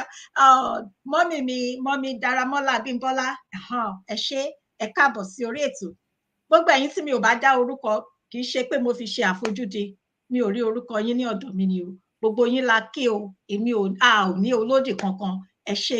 Ṣùgbọ́n ẹ má gbàgbé, bí ẹ ṣe ń darapọ̀, ẹ má bá mi pín ètò. Ẹ bá mi lọ sórí YouTube channel mi, Fúnkẹ́ Ìyálájé, ẹ lọ bá mi subscribe ní ibẹ̀. Torí pé YouTube, Facebook, ìgbà gbogbo mi ò mọ àwọn tó ń report page mi, but kò dé mi dúró nítorí pé ìtẹ̀síwájú òun ni ọ̀pá ìṣẹ́gun. Ọlọ́run ló gbéṣẹ́ lé mi lọ́wọ́, so kí ni wá ní gbogbo distraction ní gbogbo èèyàn. Torí ẹni tó bá bojú ẹ̀yìn, ó máa ṣubú, iwájú tèmi lọ lèmi kọjú sí. Ẹ ṣé gan Daddy, ẹ bá tẹ̀síwájú sá. Ẹ ṣé Ìyálájé, thank you so much. Dr. Mike, mo kí yín o, ẹ káàbọ̀, ẹ kú ìnáwó gba gbogbo, ẹ kú fẹ́. Ẹ̀yin náà ní dáṣáyé lágbára Elédùmarè, òṣàkíádì yín mú. Gbogbo àdáwọlé yín pápátá, ayọ̀ sí wọ́n ní gbogbo igi tí eléwèrè bá dùn, dídùn ló máa ń dún. Gbogbo tẹ́ bá fọwọ́ ṣe lágbára Èdùmàrè, ayọ̀ orí sí dáadáa o. Okay, ẹ fẹ́ dá sẹ́tò mi sà. Okay, ẹ má bínú Daddy, ẹ jọ̀ọ́ sà. Mo fẹ́ make sure ẹ má bínú sà. Ẹ káàbọ̀ sórí ètò Daddy. Ẹ̀lẹ́ Ìyálájé. Ẹ káàbọ̀ sà. Ẹ kú gbogbo ìgbà. Yes sir. Àwọn Mr. Moses Ojo. Abiodun. Àmín Jésù. Ọwọ́ ajé, ọwọ́ àwọn ẹni bí, ọwọ́ àwọn ẹni ìkà, wọn ní yín gbèjì lágbára Elédùmarè. Àmín. Yes sir. Ẹ ṣé sà. Ẹ wà ní 44 minutes tí mo join nìyẹn, ìgbà yẹn gan àwọn Mr. Moses Ojo ló ń sọ̀rọ̀ lọ́wọ́ ń gbà yẹn kó tó di pé má nìyẹn pè wọlé. Àwọn Mr. Moses Ojo wọ́n sọ̀rọ̀ kan lẹ́ẹ̀kan tó jẹ́ pé èmi fúnra mi gan everyday ní kí nìyẹn máa ń plasmide ní pé ibi táwọn funfun ṣe fún wa kì í ṣe kékeré. Àwọn aláwọ̀ funfun wọ́n ṣe ibi fún kò sí ṣẹ́rí bá ṣe wà yìí kì í ṣe tọ̀rọ̀ ẹnu. Ibi tọ́lọ̀ ń dá wa sí òní ilẹ̀ Yorùbá ló yẹ ká wà. but àwọn alábòsí ló jẹ́ ká wà níbí wọ́n ṣe ibi fún Áfíríkà ṣẹ́rí things fall apart ẹni tó bá ka things fall apart things fall apart ó ní the accord ó ní accord tó mú gbogbo wa papọ̀ àwọn Áfíríkà ó láwọn ìbòdè wọn kì í ní wọn gbé accord yẹn ó ní wọn kì í ní accord tó mú gbogbo wa Áfíríkà ó kó wa papọ̀ ẹni tó bá ka things fall apart àrí àwọn ọmọ tó mọ̀ sọ. Bẹ́ẹ̀ni. Things fall apart tó sọ kínní kan ó ní how can we come together when some of our border is against us. Ìyẹn things fall apart. Ṣé rí èmi gẹ́gẹ́ béèyàn kan èmi ò wà negative o I'm an optimistic person and I'm a positive man. Ṣé rí èmi o that is my opinion. Bọ́lá Tinubu ẹ̀wọ̀n ṣe rí ọ̀rọ̀ bóyá Yorùbá nation bóyá ó lè ṣe àdán èmi ò ní ìwà negative mi ò because ẹni tó bá mọ story ẹ̀ ṣe rí ní 1996 nígbà Abacha gbogbo nǹkan tí mò ń sọ kì í ṣe pé wọ́n sọ fún mi mo kà ní all the time nígbà yẹn every week máa ra tell magazine àti the news all the time nígbà Abacha 2 phases ní Bọ́lá Tinubu ń ṣe nígbà yẹn. Ó fẹ́ gba kínní lọ́wọ́ ó dà kó fẹ́ gba ministerial appointment lọ́wọ́ Abacha tàbí ó ń lọ́bì lọ́wọ́ Abacha ó dẹ̀ tún wà pẹ̀lú ànàdẹ́kù ànàbàjá díẹ̀ ó wà láàkọ́ tó fi sá kúrò ní Nàìjíríà tó fi sá lọ sí London. Ṣé ẹ ń gbọ́rọ̀ tí mo sọ? À ń farabalẹ̀ gbọ́ yín dáàdì. Ó wà láàkọ́ tó fi sá. Nǹkan tí mò ń sọ yìí àwọn tó bá mọ nǹkan tó bá fàmílíà pẹ̀lú ìjọba Abacha wà mọ̀ pé kì í ṣe pé mo jókòó síbi tí mo kàn ń wo tí mo kàn ń think nǹkan tí mo ń sọ nǹkan tí mo kà ní. 2 phases ló ń ṣe.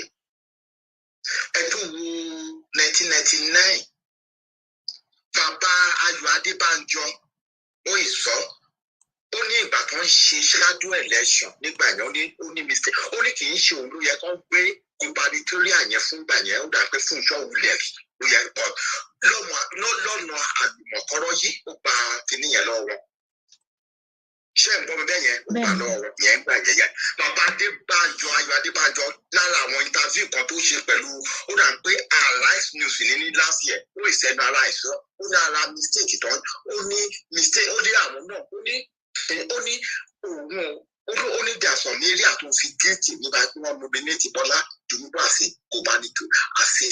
gubernatorial candidate Lagos State ń gbà yìí. Fúnṣọ́ Williams gangan òun lọmọ bíbí inú Èkó yẹn Fúnṣọ́ Williams but ẹ jẹ́ ká fìyẹn sẹ́gbẹ̀ẹ́ kan. Ṣé rí èmi gẹ́gẹ́ bí èèyàn kan pẹ̀lú history tí mo ti kà sí everything ṣé rí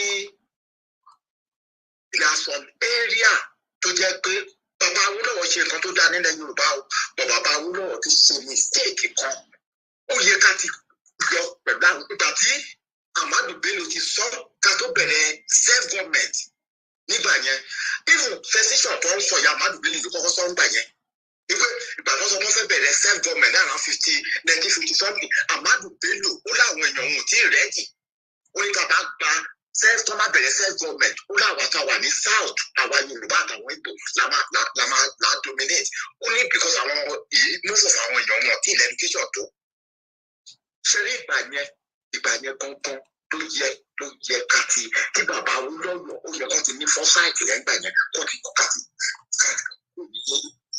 ọ̀dọ̀ wọn kàkí wa ọkọ̀ làwa o ara mistake ti bàbá Awólọ́wọ̀ nìyẹn o ara mistake tí bàbá ṣe that is the only mistake tí wọ́n ṣe ní àwọn bàbá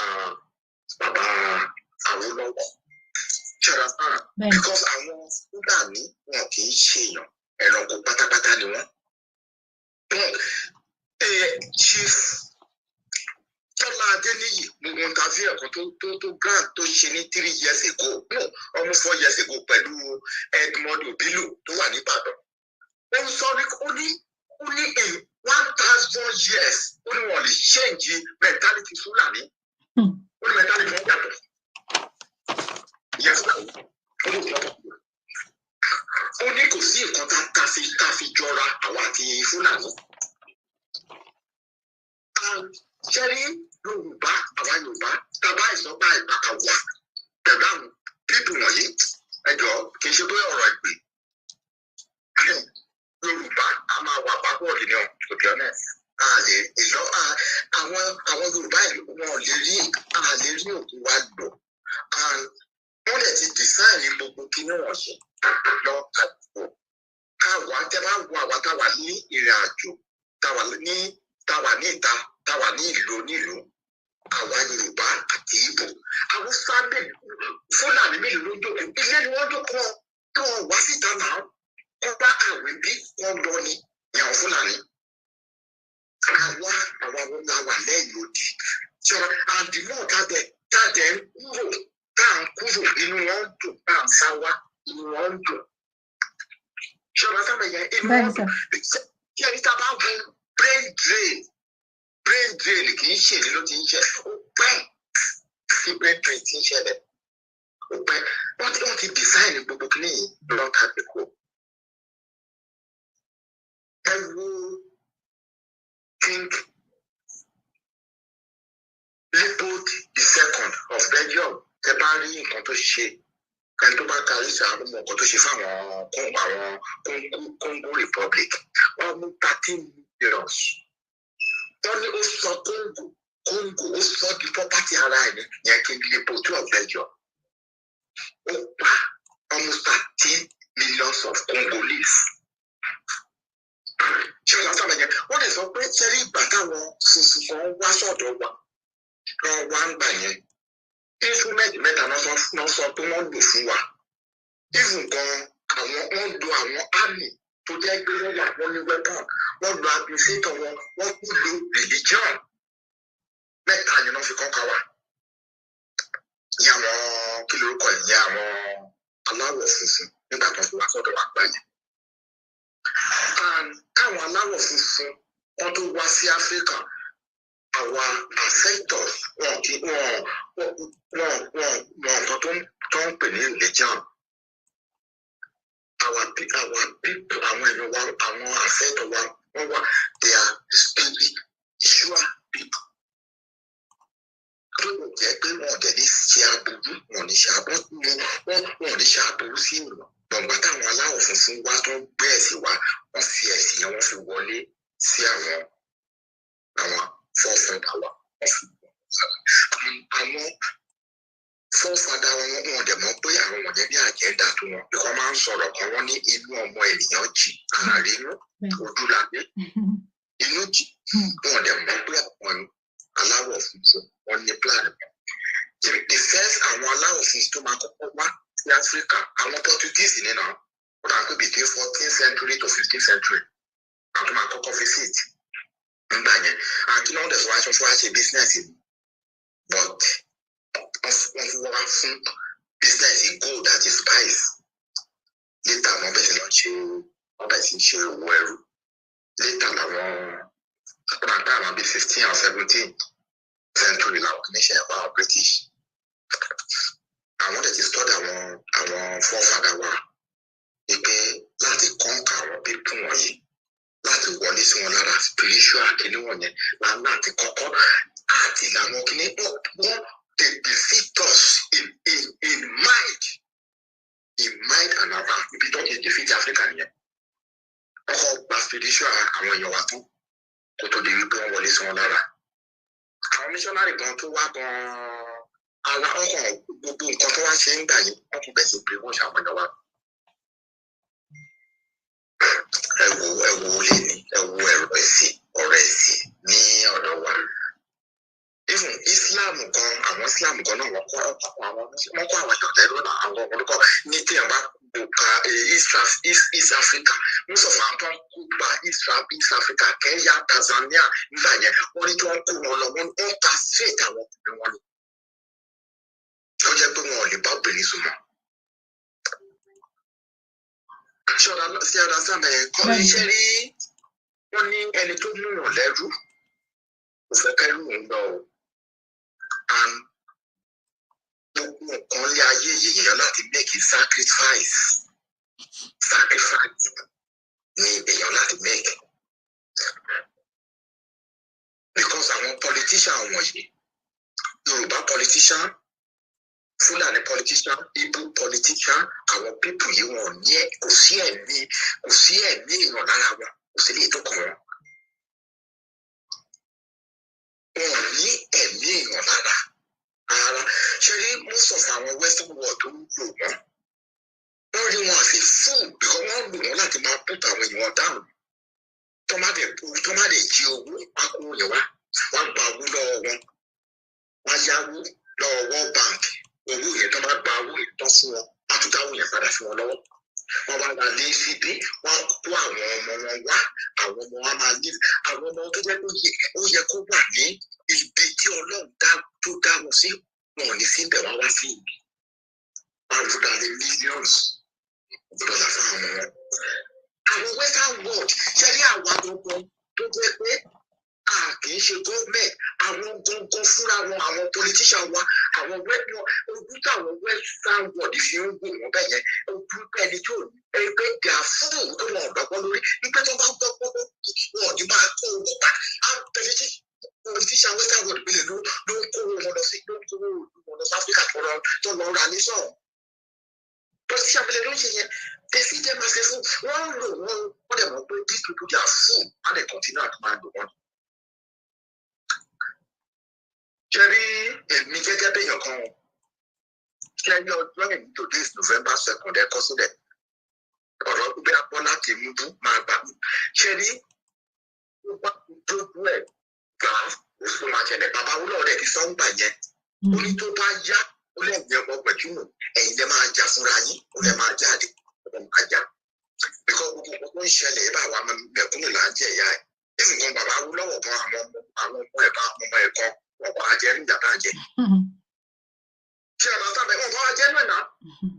Ṣé wàá pé ní Nàìjíríà I think up to now ẹni kò kìkì ọba ń rà ó lóye percentage tó ń lọ sí Awólọ́wọ̀ family ó lóye percentage tó ń lọ. Àwa mọ́kòdé èèyàn là ń wá náà fìyà ń jẹ náà. Àwa báwo náà rẹ̀ ti sọ pé tó bá yá ẹ̀yin ọmọ mẹ̀kúnnù ẹ máa jà fúnra yín ni ẹ máa jà because èèyàn lè fi ojú lásán gba ọmọ lọ́wọ́ ìkúrọ̀ it's not possible. Èmi gẹ́gẹ́ bí èèyàn kan o mi ní bèlè pé Bọ́lá Tinubu ó lè ṣe anything nípa because ìtàn èèyàn ọmọ ọ̀kan tó ti bá àwọn pépè wọ̀nyí sáàrì lẹ́yìn. Ṣèbí kan máa ń sọ láàrin mọ́rú àwọn dọ́kúmẹ̀ntì tó ti fọwọ́ sí because it was very desperate. Ẹni tó sọ pé òun ló kàn pé òun fẹ́ because ó ní life ambition òun ni. Bọ́lá Tinubu òun ẹni Yorùbá kọ̀ọ̀kan fẹ́ yàtọ̀ sáwọn fámìlì ẹ̀ àwọn tó wà ní kákọ́ọ̀sì ẹ̀. Àwọn tó wà ní kákọ́ọ̀sì nìkan kò bèrò pé èmi ò gẹ́gẹ́ bí ẹ̀kan bèrò pé Bọ́lá Tinubu ló fẹ́ ọmọ Yorùbá o. Bèrò pé nífẹ̀ẹ́ ọmọ Yorùbá rárá ìgbà bàbá tó ń pa ọmọ bàbá Fáṣọ̀rántì ní ọ̀rẹ́ ọmọ obìnrin ọ̀rẹ́ àgbà tó àkọ́bí ẹ̀. Olúfúnkẹ́. Tí Bọ́lá Tinubu sọ pé ẹ̀gbọ́n kan ẹ̀jẹ̀ àgbọ̀n kan tó sọ báyìí tó sọ pé wẹ́ẹ̀dì káwọ̀. Bẹ́ẹ̀ni sà. Wẹ́ẹ̀dì káwọ̀ ló ń pariwo. Up till now ọmọ bàbá Fáṣọ̀rántì ọmọ àkọ́bí obìnrin yẹn wọ́n ní ìgbà tó pásítọ̀ tó ìlú ẹ̀kọ́ wọn ò sí pẹ̀lú wọn ò bẹ́ẹ̀ yẹn pẹ̀lú orí ẹ̀mọ́. Mo ní ìgbà tó make statement yẹn gbà yẹn mo bí pé this man is a in fact mo wò pé ìgbà yẹn àwọn tó jẹ́ àwọn sọ̀pọ̀tà ẹ̀ wọ́n sọ ń gbà yẹn gbà ó mọ nǹkan tó ń ṣe àbó mọ politics in play tó kò jẹ́ tó sọ̀rọ̀ bẹ́ẹ̀ yẹn kò lè tí ì lè sọ̀rọ̀ wípé ó dìgbà tí ọwọ́ ẹ̀ bá tẹ̀tì ní ìgbà tèmi afẹ́rẹ́ tí ò mọ́ ni afẹ́rẹ́ tí ò mọ́ dáadáa ni ààrẹ ìgbà tí náà bí èmi ò mọ́ wọ́n mọ̀ wọ́n ni ọ̀tà rẹ̀ ní lọ́tọ̀ sí ìgbà tí ìgbà nàdẹ́kù yẹn two faces ló ṣe ẹgbẹ́ ìgbàgbọ́ fẹ́ lọ́wọ́ àbáṣe ó dẹ̀ tún fẹ́ ṣe pé fẹ́ owó tó wà nílẹ̀ àbẹ́kù àbáṣe ti gẹ́tì ẹ̀ òun ṣe sákòrò ní ìṣòro tó fi sákòrò ní Nàìjíríà ń gbà yẹn tó fi sá lọ sí London afẹ́ni tí ò bá mọ sórí ẹ̀mí èmi o gẹ́gẹ́ bí èèyàn kan mi ò rò pé ó lè ṣe anything. A ní èèyàn mọ àwọn dọ́kúmẹ̀ntì àti sáìdì pẹ̀lú wọn lóríṣiríṣi àfàìmọ̀ kó má ti ta lẹ́yìn Yorùbá fún ilẹ̀ Yorùbá fún wọn. Torí bó ṣe àfẹ́ di president. And ilé ayé ìdàdé ní àfọ́bàfílẹ̀. Bẹ́ẹ̀ni sà, àfọ́bàfílẹ̀. Òbé ó ní ilé ayé tó ń torí ẹ̀ ṣe tìkàtìkà. Ilé ayé ò tó nǹkan fámìtì ọ̀pọ̀ fámìtì.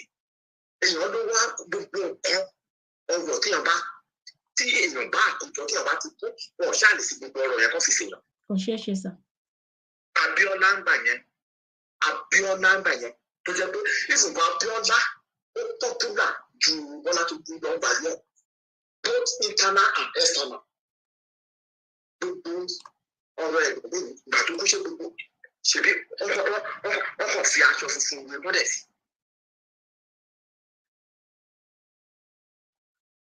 Ṣé ó kó àwọn nǹkan ìní ẹ̀ lọ ní gbogbo ọdún náà? Àfọwọ́bàfílẹ̀ ẹ̀wọ̀n bí ìyá ti ń jọ àwọn Yorùbá ní Nàìjíríà lónìí. Ẹ̀wọ̀n nǹkan tó sọ ilẹ̀ Yorùbá dà. Pàdé nǹkan ṣe ẹ̀kú láti lé. Orí ilẹ̀ Yorùbá ti dà dáadáa. Ó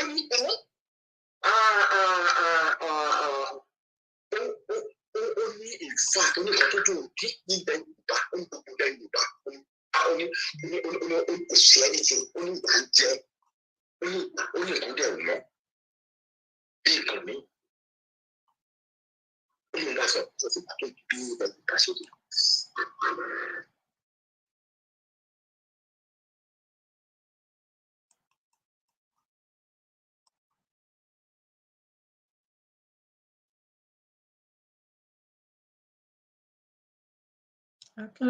Hello, sir.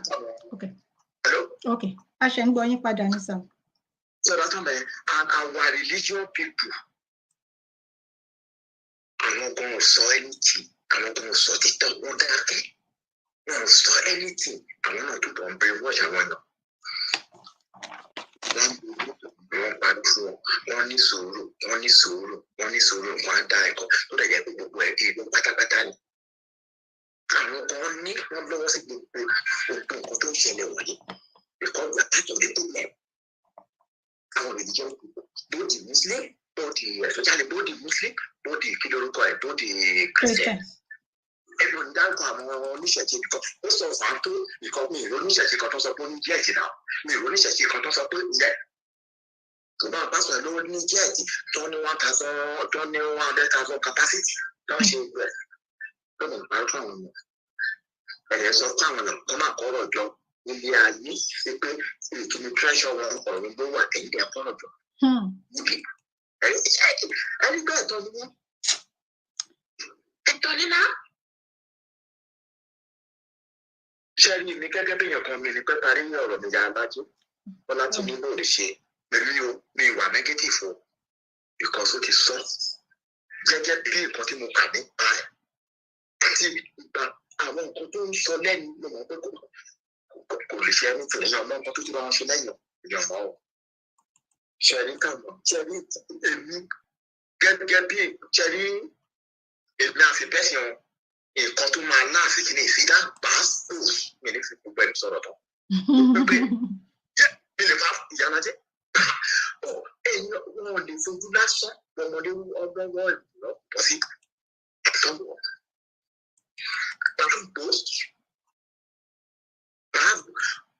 Ṣé rí àwọn ọmọ Ìgbò àwọn Biafra wọ́n ṣe ń bá tó wọn lọ yìí I'm quite sure pé láìpẹ́ láì jìnnà ọ̀rọ̀ máa ní ìjọ àwọn.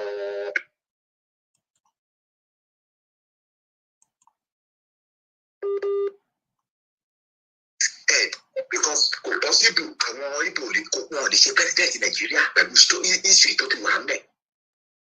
Àbẹ́ ẹ̀dẹ̀ fẹ́ fún lọ àwọn ọ̀dẹ̀ ti rí wọ́n ṣe gbogbo ẹ̀ ní àwọn Ìgbò ọ̀dọ́ báwọn ṣe bọ́n ṣe ń ṣe nǹkan Biafra nígbà tó ti pẹ́ ọ̀rọ̀ máa ní ìgbàjọ láì jẹ́ pé wọ́n pín oníkálukú lọ ẹ̀wọ̀n kò sí anything tó lè ṣe kò sí nílé kankan náà tẹ̀ kò sí nǹkan kò possible but at last náà báàfù bó ṣe ló máa ṣẹlẹ̀ tó bá yà ìyàlájọ́. ẹ ṣeun gan daddy, ẹ ṣe gidi gan ni sir, ẹ pẹ́ fún wa sir, God bless you daddy. Mo kí daddy Ọpẹ́ Olúwa ni daddy Kẹ́hìndé or mommy Kẹ́hìndé Jamiu, ẹ káàbọ̀, ẹ ṣe gan ni, ẹ kú àmúlélọ́wọ́, ẹ kú àṣẹ̀yìndé àwọn bàbá, ẹ̀yin wọn ò ní bàjẹ́ o, ẹ ṣe. Àmín. Ẹ ṣe gan sir. So ẹ kú iṣẹ́. Yàrá jẹ́ mo fẹ́ response àwọn nǹkan kan points kan tí mo jot lórí àwọn nǹkan tí bàbá wa tó sọ̀rọ̀ láti tàn sọ. Mo dúpẹ́ tí wọ́n jẹ́ kó kan àwọn náà. Mo dúpẹ́ pé wọ́n bá wa ń dá sí i. Mo sì dúpẹ́ pé àwọn náà máa pín ètò yìí káàkiri. Gbogbo ibi tó bá ti láǹfààní, wọ́n lè jẹ́ kí òye òtítọ́ tó wà nípa orílẹ̀-èdè Yorùbá kó máa yé àwọn èèyàn wa. Ẹ jẹ́ ká kọ́ mú láti ibi tí wọ́n sọ pé bàbá Awólọ́wọ̀ pé wọ́n make mistake. Ènìyàn ni èèyàn máa jẹ́.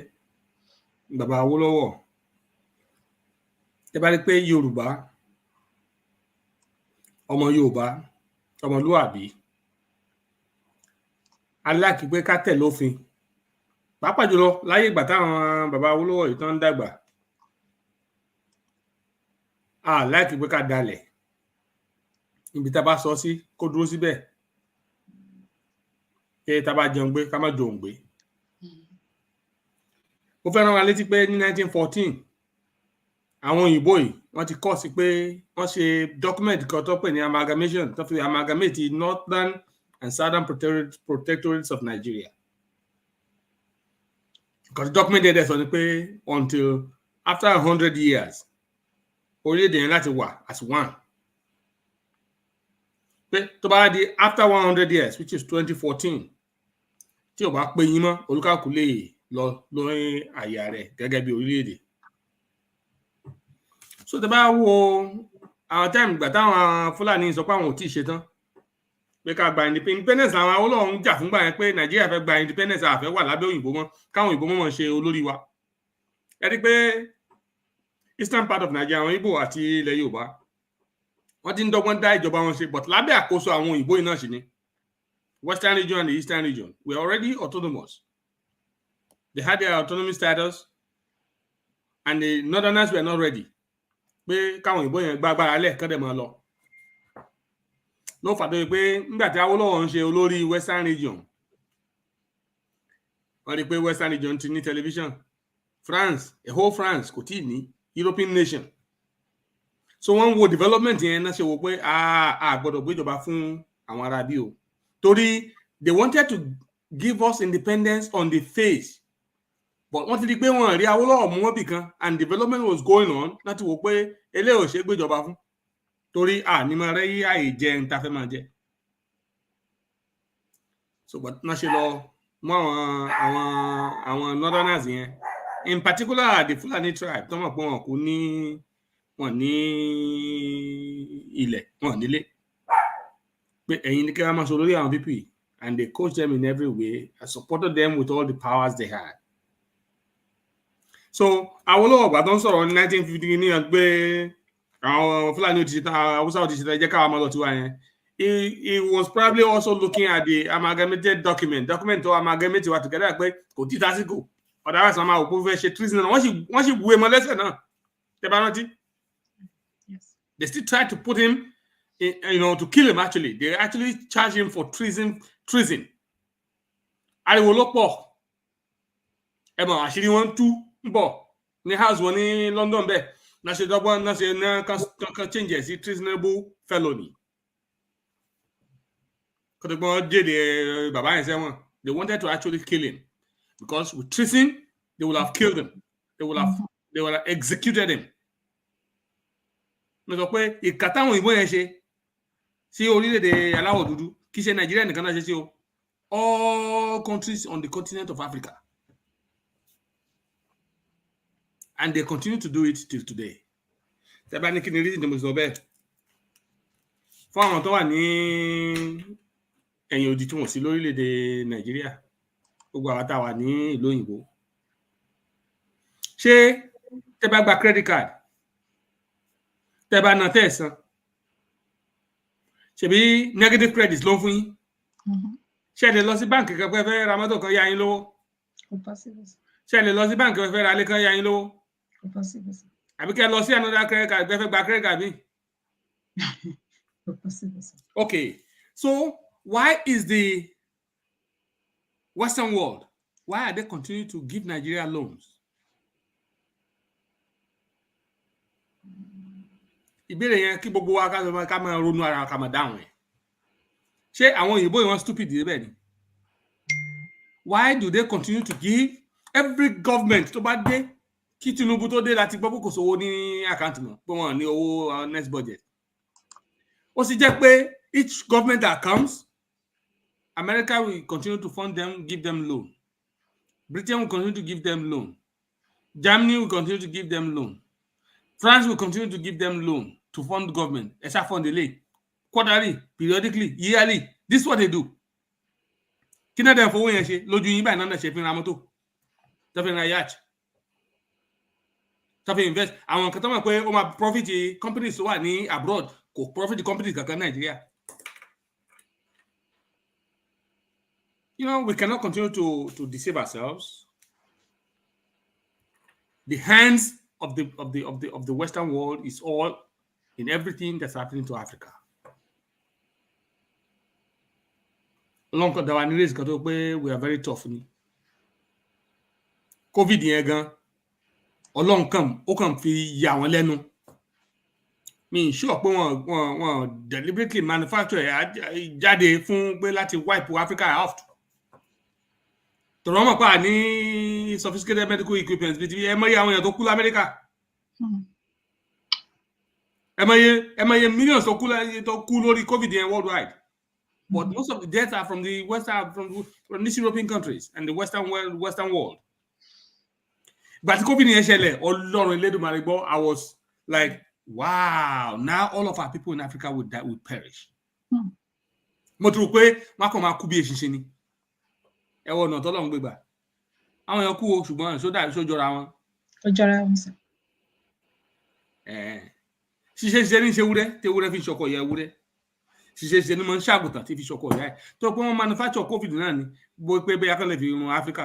Ọlọ́run ti rí báyìí, àwọn náà mọ̀ gba vaccine ti dọjọ́ alẹ́, dọjọ́ ọkú wọn. You know? God has just made the African race a very tough race, a very, very full, you know, very resistant to a number of nonsense. Don't ṣẹlẹ̀ ní ayé. Ṣùgbọ́n kí ló dé?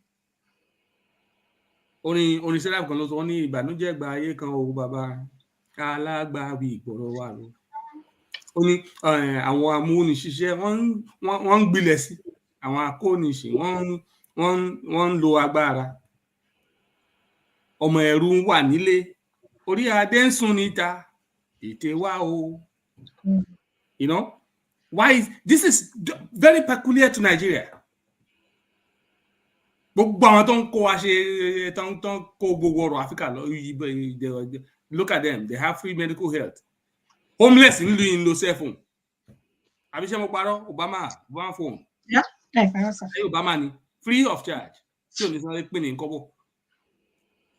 Àwọn èèyàn wa Nàìjíríà náà ń pa dátà. Tọ́ba ti fẹ́ sọ, àwọn ní dátà ni wọ́n sáré pa.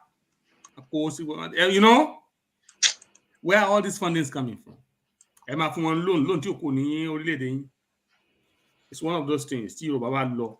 Èpìnì tó ń dán ṣíṣì àmì san fún any foreign. Gbogbo àwọn tó ń kó fún because èmi ò rí kán kọ́ aṣọ fún wa. What is the development in Africa that is commensurate to the amount of loan gbèsè tẹ́lẹ̀ ajẹ́? Plus, look at the resources in Africa and tell us where is our resources and how do we owe all this?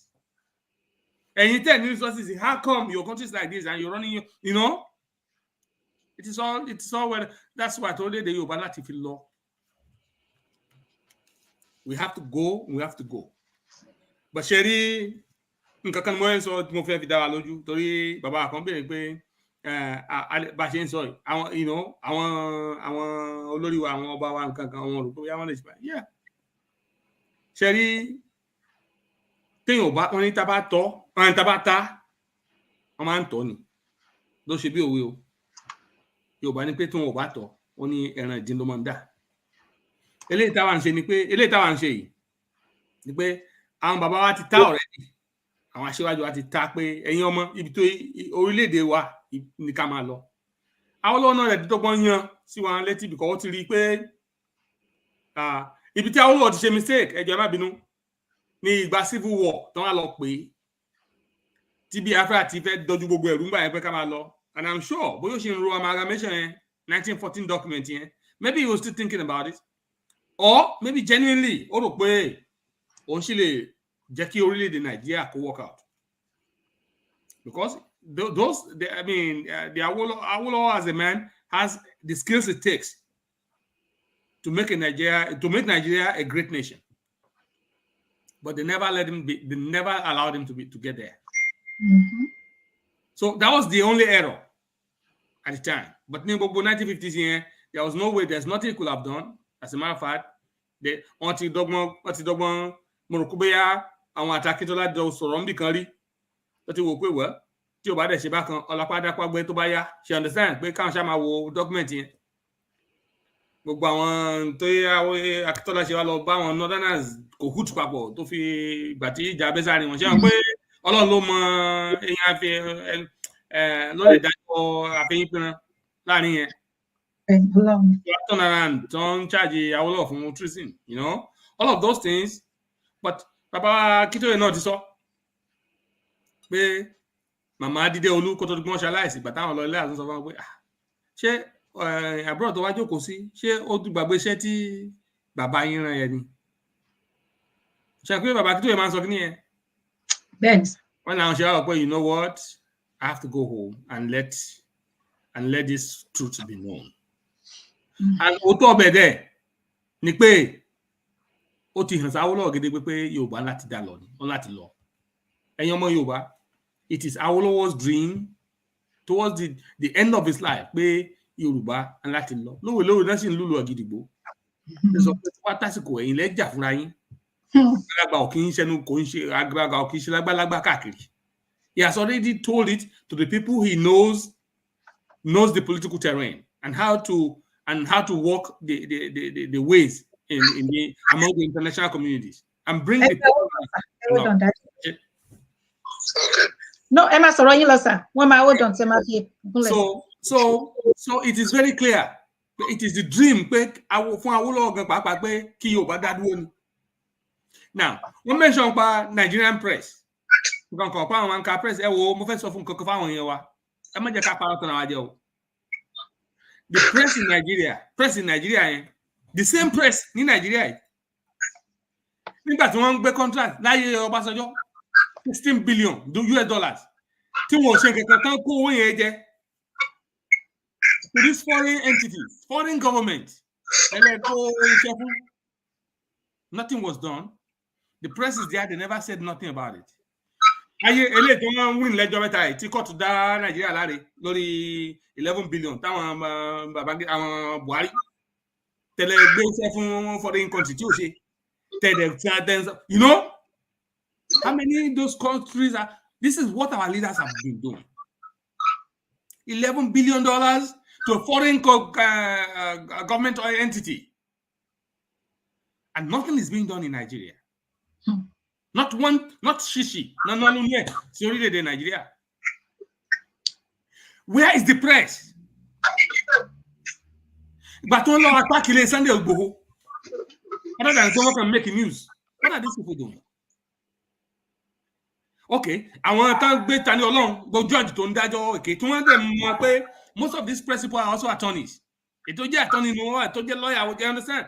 So they cannot tell what is the truth from the right, from what's wrong, what is right, what's wrong. You know, we cannot be fooling ourselves. All these people, you see, the government use the press for their needs. Our press were independent at all. So it is what the government wants our people to know. That is, we thank God for social media. So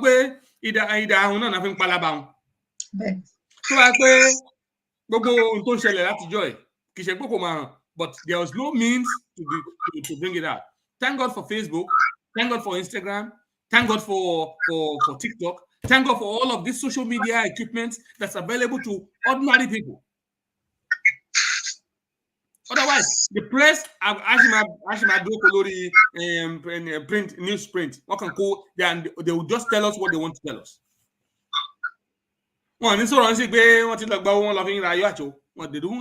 won't tell you that. They want to co-rise they will praise the government for bringing rice to Osogbo, bringing rice to Abeokuta, bringing Abiodun. Yes, they won't say that. Meanwhile, the press will not talk to you and tell you 160 million naira. Bulletproof motor. Kina wa bulletproof. Mo pa òwe kan lẹ́ẹ̀kan pé tabata máa ń tọ̀ tabatọ̀ tí ò bá tabatọ̀ ó máa ń dẹrẹ dín ṣe rí bá ṣe ń sọ ẹ̀ à ń tọ̀ ni àwọn bàbá yẹn ti ta already pé ibi tó yẹ ká lọ Yorùbá láti dá dúró àwa tá ń tà wà lẹ́nu ẹ̀yìn ìyálájé gbogbo àwọn sọ̀rọ̀sọ̀rọ̀ káàkiri gbogbo àwọn bàbá wa tó ṣíwájú àwọn ẹ̀mọ̀ gbogbo àwọn tá tẹ̀lé lẹ́yìn tá tó tẹ̀lé lẹ́yìn àwa yìí là ń tọ̀ ṣùgbọ́n there's another alternative to these peaceful discussions, this peaceful protests. There's another alternative. Ṣé kangun ibi kan ló máa kangun sí. Ṣé wá rí gbogbo àwọn wòlíì, àwọn àlfà, gbogbo àwọn senator, àwọn councillor, gbogbo àwọn house of reps, gbogbo àwọn governors tó bá di pé wọn lè rin títì mọ́. Ṣé wọn tí a bá mú àwọn èèyàn débi kan tó bá di pé olówó kò lè rin ojú títì mọ́ tí wọn ò lè gbénu lé mọ́ tí wọ́n ń sá kúrò ní orílẹ̀-èdè Nàìjíríà, that will be the second alternative. Ṣùgbọ́n kó tó dé stage yẹn wọ́n ń sọ fáwọn èèyàn pàápàá jẹ́ ẹ̀yin tẹ́ wà níjọba ẹ̀yin politicians ẹ jẹ́ bára yín sọ̀rọ̀ ọ̀rọ̀ Bọ́lá Ahmed Tinubu ẹ lè máa wò pé nítorí báwo yẹn fi ra yín ṣe ẹ̀mọ́ kò ti dúró yá ìgbà tẹ̀mí mo ti lò ó débì kan wá àwọn ọmọ tí yín náà ń bẹ láyé o. This is not about issuing threat to nobody. It's about you thinking about what will be. Do you want them to live a happy, safe life, a very fulfilled, promising life? Do you want to leave a legacy for your race and for your people? They must say we are Nigeria, or we're talking about patriotism in terms of Nigeria. We can be patriots as Yorubas. That's what I expect of him. There's no Nigerian patriot to Sheni Shuta. Patriot na Awolowo. Patriot ni Jagban. They're all 6 feet under. And with nothing to show for it. These are patriots ni Agui Ronsi. Who cares about these people anymore? Nobody even talking about them anymore. Right?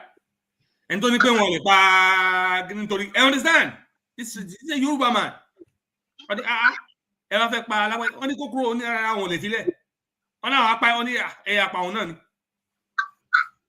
where is that? Where you know? That's when these are when people have honor and have dignity and have a sight, you know, a sense of unity. Those are patriots. Those are Nigerian patriots who were murdered. Bolaige, murdered, cold blood. These are patriots, Nigerian patriots. So, my advice to Bola Ahmed, President Tinubu, don't try to be a Nigerian patriot. I know inside of you, you're thinking because you're smart. You're smart, you're wise, you have intellect, you can solve Nigerian problem. Wallahi tallahi. Bismillah. 1,000 years, you cannot do shishi for Nigeria. Mark my words, you cannot turn anything around in Nigeria. Nigeria is not salvageable. You cannot salvage it. That's not because I'm not talking because I'm a genius or anything, or I'm a prophet. No, it is just very obvious.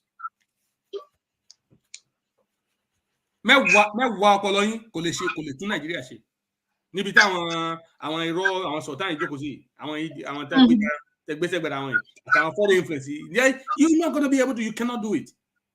The only way the Yorubas and the Igbos and the Hausas will prosper is for that country to break down so that these foreign gamers and don't destroy from outside. They'll be confused. That's the only way. When there's no more central unity, and everybody goes their way, and bẹ̀rẹ̀ sí túnra wa build láti bẹ̀rẹ̀ tí wọ́n dẹ̀ ní wọ́n ní influence lórí ẹ̀. That's the only way their hands will get off.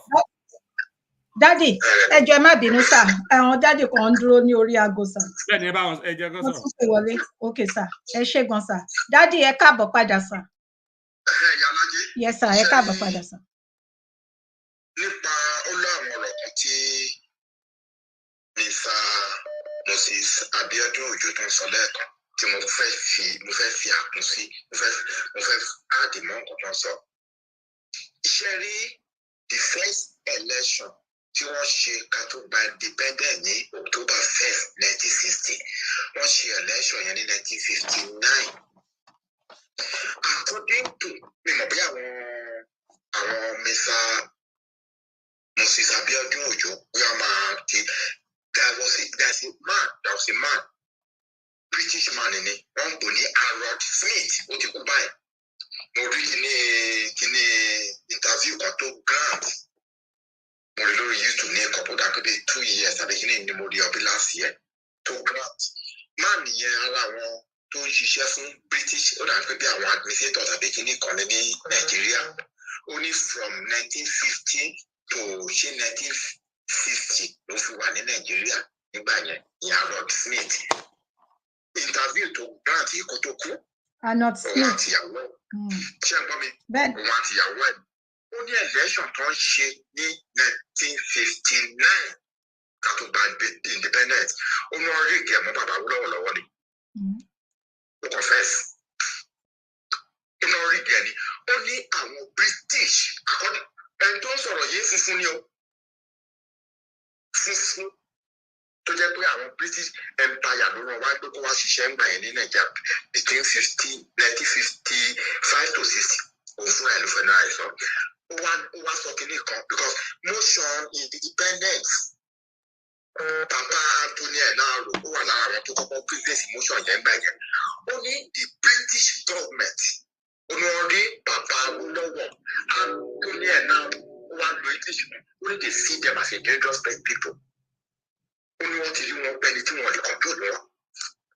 Ó ní that is the reason tó fi ó ní wọ́n rí ìjẹ́ election yẹn mọ́ ọ lọ́wọ́ ni.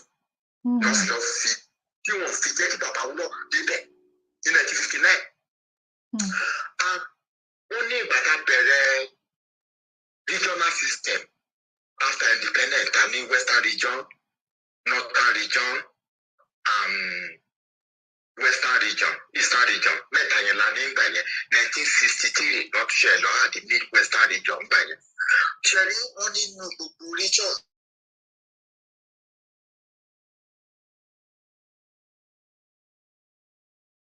Bàbá òkè ṣe ń gbọ́ mi. À ń gbọ́ yín padà sà. Bàbá Lọ́lá ló sọ̀rọ̀ yìí níbi 3 years ago tí mo rí interview tó grant. Ó ní gbogbo kínní yìí ló ṣojú ń gbà yẹn. Ó ní ìwé ti Western region. Ó ní gbogbo ó ní kíkọ́ bàbá Fẹ́mi Awólọ́wọ̀ ló ti ní blueprint ẹ̀ lọ́wọ́. Ó ní the way tí Western region tó fi ń lọ nínú gbogbo region mẹ́tẹ̀ẹ̀ta yẹn kó tó di wọ́n lọ há di kí lorúkọ ẹ̀ Mid-Western region ní 1963. Wọ́n dẹ̀ tó há jẹ́ ń bàjẹ́ wọ́n ṣe election wọ́n ṣe oríṣiríṣi wọ́n tó wò pé kán há jẹ́ mọ́ ń bàjẹ́.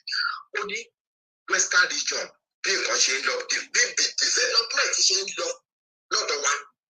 Ó ní àwọn European ti ń bẹ̀rù bàbá fẹ́ bàbá lọ́lá ló sọ kí nìyí o. Ó ní gbogbo kí nìyí ló ṣubú. Because òun náà England ló ti study kó tó di kó wá sílẹ̀ bí àrà 1957. Ó ní bí Western region bá ṣe ń develop Western region ó ní àwọn European ti ń bẹ̀rù pé in the next couple of years a máa bá wọn ni. Bàbá Fẹ́mi Awólọ́wọ̀ ó ní àtọ́ bàbá Lọ́lá a ò dì nínú àwọn àdúgbò 97. Ó ní àtọ́ ló di reason. Ó lóun mọ nǹkan táwọn ìfẹ́ àjùgbà àwọn Kaduna ìfẹ́ Èkó tọ́lọ̀ gbàjọba ní 1965 January yẹn tọ́lọ̀ overthrow. Ó lóun mọ rírì tọ́lọ̀ fi gbàjọba ìfẹ́ Èkó tó ṣe ní January 15 1956. Ó ní kò ní òun bàbá Bàbá Lọ́lá wá sọ kí ní kan ó lóun mọ̀ bóyá do something behind it. Ó ní bàbá yìí ó ní kò fọ́lọ́ wọn rí sí. Ó ní to play deal to last in different.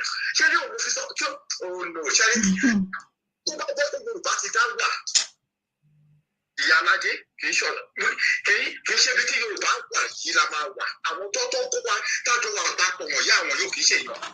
Wọ́n máa kú Yorùbá dáhùn yìí. Ṣé ní I'm not a fan of former president of Nigeria, Obasanjo, èmi ò kì í ṣe fan of any one of them. Tó máa sọ nípa in terms of failure títí di bá ṣe fi wáyé ẹni pé bí o bá ṣe from 1999 wá sí to 2023 náà bí failure yẹn ṣe ń lọ sísàlẹ̀ nìyẹn. Tàbá ìwà ní Nàìjíríà bí failure yẹn ṣe máa lọ nìyẹn. Ṣé ẹ̀yin tó ti kọ́ tí mo sọ? Ìgbà Ọbásanjó bọ́ 1999 ìbámu failure ní Ọbásanjọ́ ẹ̀sìn ó ìbẹ́ta ní gbogbo wọn. Kì í ṣe pé mo ń pèsè ọ failure yẹn lọ sísàlẹ̀ ni. Ó ń lọ sísàlẹ̀.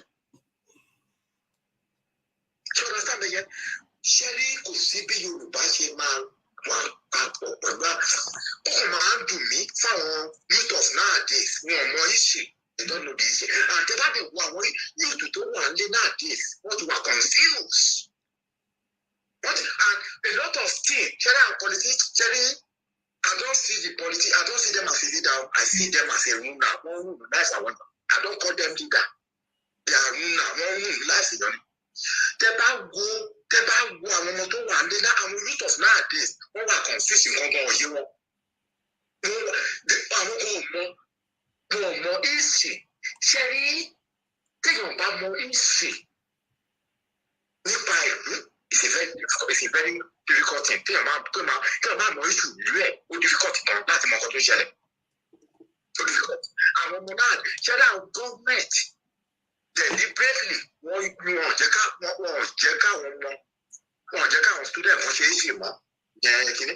And àwọn youth of nowadays tẹ̀lé léyìí íńtánẹ́ẹ̀tì wà ń bẹ̀ tó lè lọ fi sọ pé kí wọ́n máa search fún nípa ìṣe Nàìjíríà wọn ò lè ṣe. Àwọn nonsense program táwọn máa wò irú àwọn bíbí program tó ṣe ní Nàìjíríà náà dé ṣe bí o àìsí wọ́n túbọ̀ fi ń tè láti àwọn ọmọ ọ̀jẹ̀ láti máa jẹ́ kó tíìkì dáadáa. Ṣé ọ̀dà tá a fọwọ́ sọ yàrá dé ìmọ̀lẹ́s? Yes, bẹ́ẹ̀ ni dáàdì. Bẹ́ẹ̀ wọ́n túbọ̀ fi pa a lot of program tí wọ́n ṣe náà dé sínú jẹ́ ní Nàìjíríà wọ́n fi kì í ṣe àwọn program tó máa jẹ́ ká orí àwọn ọmọ pé ní náà ẹ jẹ́ kí n sọ kí ní kan fún Yàlájé ṣẹ́rí Yorùbá movie báyìí mo stop àti máa wò long time ago ìgbà tí mo ti rí pé nonsense náà ṣe ń bẹ̀ ṣẹ́rí àmà 1990 gbà tí wọ́n own video tó ń jáde nígbà yàrá létí because Àlàdé Arúmilẹ́ ló kọ́kọ́ ṣe the first home video ní Nàìjíríà ó dàgbà 88 or 89 ló ṣe ń gbà Àlàdé Arúmilẹ́ àti the other guy mi mo ń fẹ́ mọ́. Ṣé láwọn múfì tó ń ṣe Yorùbá tó ń ṣe ń gbà yẹn típíkù Yorùbá náà máa ń sọ nínú ẹ̀. Eré tó dẹ̀ máa ń ṣe ń gbà yẹn máa ń kó àwọn ọ̀dọ́ pọ̀. Mo rántí múfì kan tí bàbá wa Adé ṣe Tolúwa nílẹ̀ tí bàbá wa Adé ṣe ń gbà yẹn múfì yẹn ó lágbára gan. Àwọn múfì tó ń ṣe Yorùbá múfì tó ń ṣe wọ́n kọ́ ọ̀dọ́ lọ. Mo wá in the last couple of years mo wá wo múfì tó wá ṣe àwọn Yorùbá bẹ́ẹ̀ Yorùbá ìgbàmọ̀ yẹ ìmọ̀ yẹ mo ti pé nọ́ọ̀sẹ̀sì náà ṣe bẹ́ẹ̀ ní anything tó ń ṣe àwọn kan fúnra wọn nǹkan tó ń ṣe tó ń túbọ̀ fi ń báyà wọn jẹ́ eré wọn ò ní méjì kan sí mi ni o I don't know about others o I'm talking about me o. Ṣé ẹ̀ ń gbọ́ kan I'm talking about me a lot of program wọ́n ń ṣe ní Nàìjíríà tó jẹ́ pé kò even kan orin tí wọ́n kọ ní Nàìjíríà náà ti fi kọ́ àwọn orin tí wọ́n kọ wọ̀nyí. Àwọn orin tó ẹ wo ìgbà yẹn náà bàtà àwọn yìí kúrò àwọn orin òbí àwọn ìyàdí Barista tó ń kọ́ orin Barista ń kọ́ Fẹlá ní kúrápọ̀ kú tì í gbà yẹn kọ́ ẹ̀wọ̀ ṣe bá gọ́ọ̀mẹ̀ntì ń fà ẹ̀wọ̀ bó ṣe bá ń kọrin Fẹlá is a man that ó ti rí ọ̀la yẹn Fẹlá because gbogbo orin tí ìgbà yẹn máa wò because of his lifestyle àwọn èèyàn fi kọ́ orin tí Fẹlá kọ́ mo rántí àwọn orin tó bá kọ ẹ̀wọ̀ orin kan tó kọ́ ń gbà yẹn ó ní sọfà ìwọ your for be that sọfà ìwọ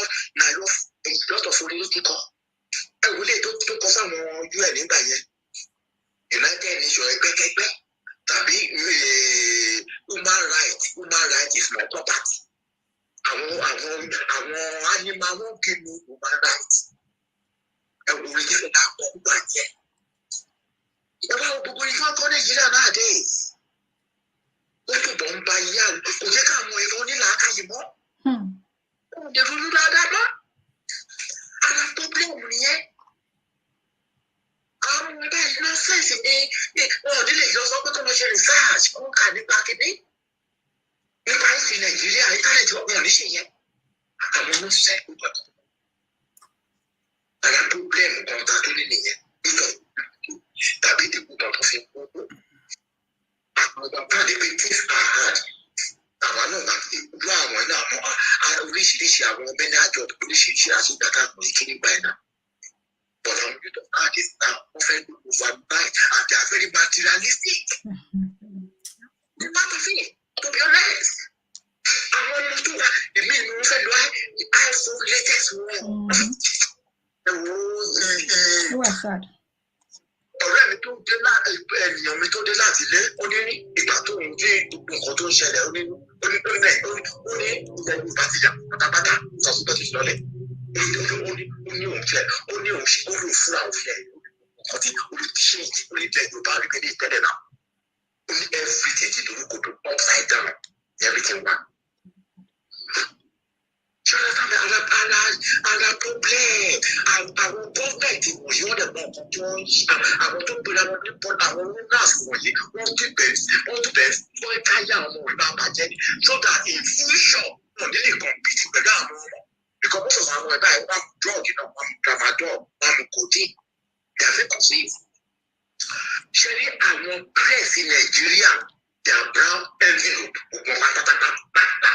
The only person tí mo lè sọ pé like Arise that the only person tí mo lè sọ pé ó dà pé ó ń sọ fact tí mo mọ̀ pé kò tí ì ṣe yìí stand yẹn òun ni Rufai Oseni. Ẹgbẹ́ náà bàtì gan òun fúnra ẹ̀ gan gọ́ọ̀mẹ̀ntì agent ni. Tí wọ́n náà láì ẹgbẹ́ náà bàtì gbogbo wọn yẹn àtàgbogbo wọn pápá the only person. Ìyá wọn kí ló kọ́ wọn kí ni bẹ́ẹ̀sì Nàìjíríà wọn tó máa ń sí Nàìjíríà gọ́ọ̀mẹ̀ntì agent ni wọ́n. The only person. Ẹ sọ fún àtúbà mo rántí ọdún ṣé a couple of months ago ayọ̀ fàyà sí wá sórí Arise tẹ́ bá rí ìfọ̀ sí ni tẹ́ bá rí bó ṣe ń dín ní ẹ̀. Ẹ̀rí tẹ́ bá tó ní náà gbèjà ayọ̀ fàyà sí ó bẹ̀ sí get angry. Ẹ̀rí tẹ́ bá ní ibẹ̀ sí ń pariwo tó ń pè àbàtì pé kó wá wọ́n pé òkú tó ń fi fàyà fẹ́ máa dìsẹ̀pẹ̀ tó dẹ̀ dìsẹ̀pẹ̀ tẹ̀ pẹ̀lú few days ago náà. Ẹ̀sẹ̀ kan náà tó wá sáà Arise ń bẹ̀ yẹn ara àwọn APC member ni náà. Ẹ bá rí bí kìíní ṣe ń dìrìlì ẹ̀ ìyẹn kí lorúkọ yẹn Rufai Oseni. Ọ̀gbẹ́ni yẹn tẹ bá rí bó ṣe bẹ̀ sí get angry bó ṣe bẹ̀ sí ní sọ̀rọ̀ pẹ̀lú Rufai Oseni because ó gbé sí APC nípa ọ̀rọ̀ subsidy Rufai Oseni jẹ́ kó sọ̀rọ̀ ẹ̀ tán tẹ bá rí Rufai Oseni ṣe hit yẹn ẹ wò má nìyẹn ó fẹ́ sọ pé ó máa ná Rufai Oseni ó bá ṣe bẹ̀ sí sọ̀rọ̀. Àwọn òwúrọ̀ àbúrò this guy is very very smart guy Rufai Oseni nìkan ní gbogbo àwọn tó ń ṣiṣẹ́ ní television rẹ̀ ó tọ́ gbogbo àwọn tó ti dà ọ́ sell out to their all brand envelope journalists. Àwọn ẹgbẹ́ gọ́ọ̀mẹ̀ntì máa ń sọ̀pọ̀ àwọn ṣiṣẹ́ sùn. Mo náà ti ń gbà yẹn lóbo náà bàtìgbà tó máa ń kọ átíkù ń gbà yẹn lórí ẹjọ́ náà pé The Guardian àwọn ti àwọn nẹ́ẹ̀sì yẹn ń gbà yẹn. Mo máa ń ka kí ní átíkù ẹ̀ náà. Ògbà tó náà ti jọ ẹnìkan ìbò bá kí ní ṣe rí ìbò bá Jonathan ṣiṣẹ́ ó dà pé òun ní kiri mídíà Jonathan nígbà yẹn ìyẹn ẹgbẹ́ náà bàtì. Ṣèlú fẹ́ ṣe deputy governor deputy ìrọ́nìmẹ̀tì kí lórúkọ ẹ̀ kàṣà eléyìí ọmọ ìdìbò tó ọmọ Ògùn ṣe tó kú sínétọ̀ tó kú ìgbà yẹn nígbà COVID-19 Kàṣámù tí Kàṣímù kàṣíyà tó kú kí fún fẹ́ ṣe ìrọ́nìmẹ̀tì ẹ̀ka. Láti ẹ̀fẹ́ jáde tó fẹ́ gbé tó jáde tó fẹ́ gbà kó tí Ògùn state. Nígbà náà àti fún òun ní kí ní deputy ẹ̀ka yẹn náà tó fẹ́ ṣe kí ní ìrọ́nìmẹ̀tì ẹ̀ pé kí ní ìrọ́nìmẹ̀tì. Ṣé ọlọ́sàn gẹ́gẹ́ bí ọ̀rọ̀ tí Mr. Abiodun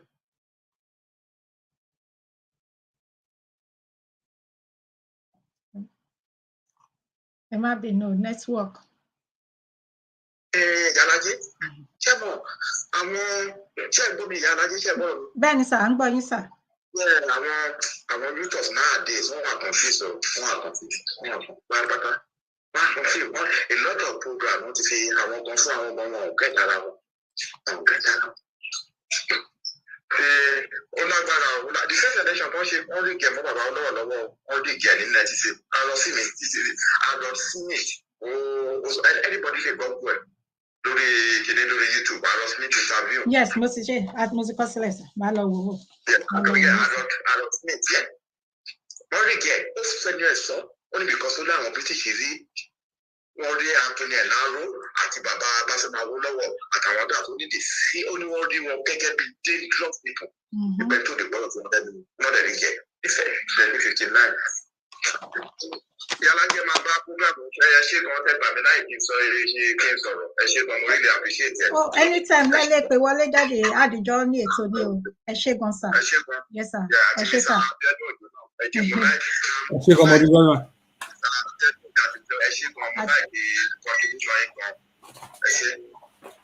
Thank you so much, sir. Ẹ ṣé. Ẹ ṣé daddy. Ẹ pẹ́ fún wa. Daddy ẹjọ́ ẹ má bínú sá ẹjọ́ torí Ọlọ́run. Ẹ fún mi ní ìṣẹ́jú méjì torí mọ́mì mi kan náà tún pè wọlé. Ṣùgbọ́n ká tó tẹ̀síwájú mo rí mọ́mì Adéjọkẹ́ ọmọ ẹjọ́ ẹ má bínú. Mọ́mì Adéjọkẹ́ Ọmọláyọ̀ àti daddy Adébísí Kabiru Adébọ́lá. Daddy mi Àbáyọ̀mí Táíwò Ezekiel. Daddy olórí dorí ẹ̀mú TV. Ẹ ṣé gan ni o. Adúpẹ́. Ẹ jẹ́ kí n sáré pé màmá wa tí mo rò pé wọ́n fẹ́ dá sí ètò ní ẹni tẹ́ mọ̀ ni mi ò mọ̀ bóyá wọ́n fẹ́ kí n pe orúkọ wọn síta bẹ̀tọ̀ ọmọbìnrin rere ọmọ ọba obìnrin ni wọ́n bóyá wọ́n fẹ́ kí yín ni wọ́n ti pè lẹ́ẹ̀mejì so màmí mo ti ń pè yín padà máa mo wà lórí ètò màmí ṣe fẹ́ dá sétò ni mà ok ẹ káàbọ̀ màmí. Ọmọbìnrin rere ọmọbìnrin ni wọ́n bóyá wọ́n fẹ́ kí yín ni wọ́n ti pè lẹ́ẹ̀mejì. Hello màmí. Hello Ìyálájé. Ẹ káàbọ̀ mà.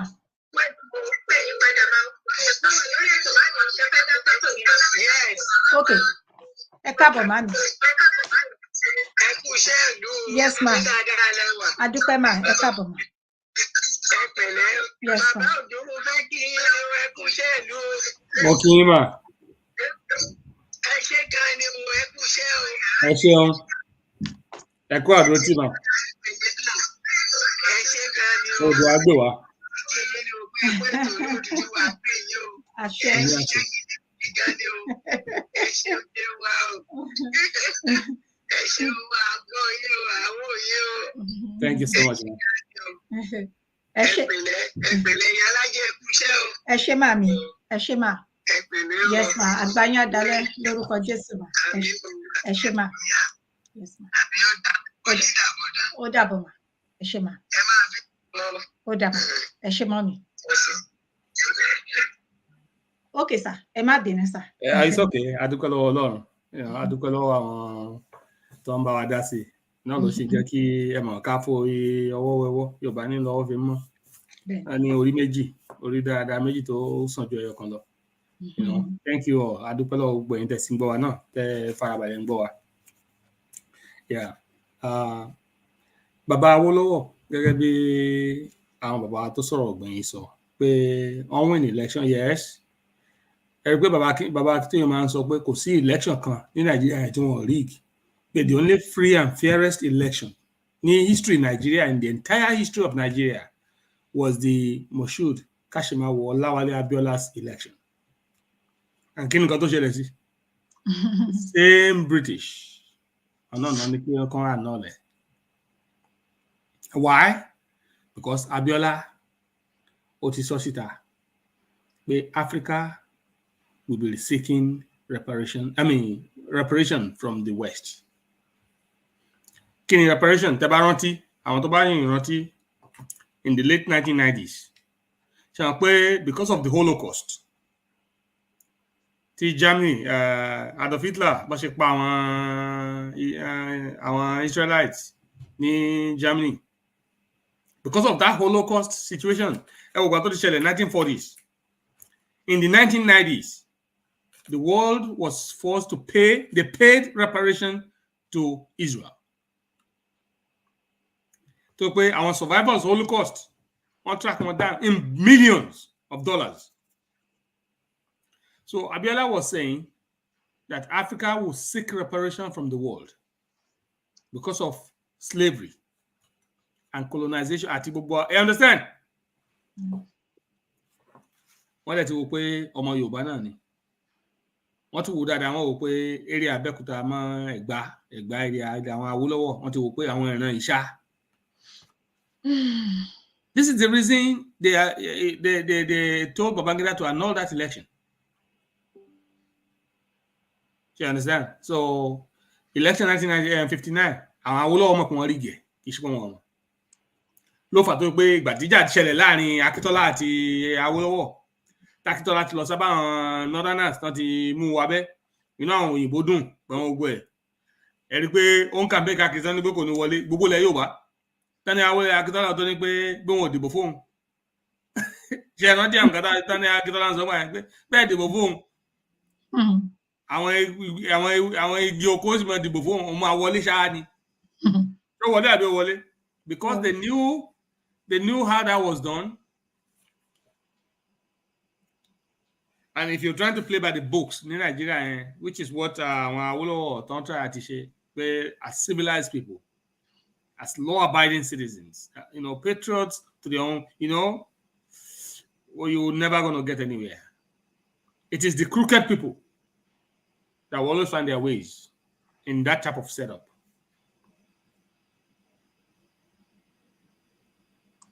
Àwọn wá jókòó nínú ilé wọn rò pé àwọn máa gbé ìgbé àlàáfíà kò sí. Àwọn náà gba ẹ̀san iṣẹ́ wọn tí wọ́n ṣe tó bá yá. Àsìkò Ọlọ́run bọ̀. So we know that the election in Nigeria is never fair, it's never free or anything. Làwa ò fẹ́ ṣe Nàìjíríà mọ́. Kí Yorùbá dá dúró, pàápàá jùlọ ká tiẹ̀ dá ilé ayé ara wa ṣe. Kí ilé ìwé ọ̀fẹ́ kẹ́kọ̀ọ́ mọ́ di ohun ìranù. Káwọn ọmọ tuntun, ọmọ ọwọ́ ọmọ rìnṣẹ̀, kí wọ́n ní ẹ̀kọ́. Because tọ́mọ bá lẹ́kọ̀ọ́, irú ọjọ́ ọ̀la wo la fi ní orílẹ̀-èdè yẹn fẹ́ jáde.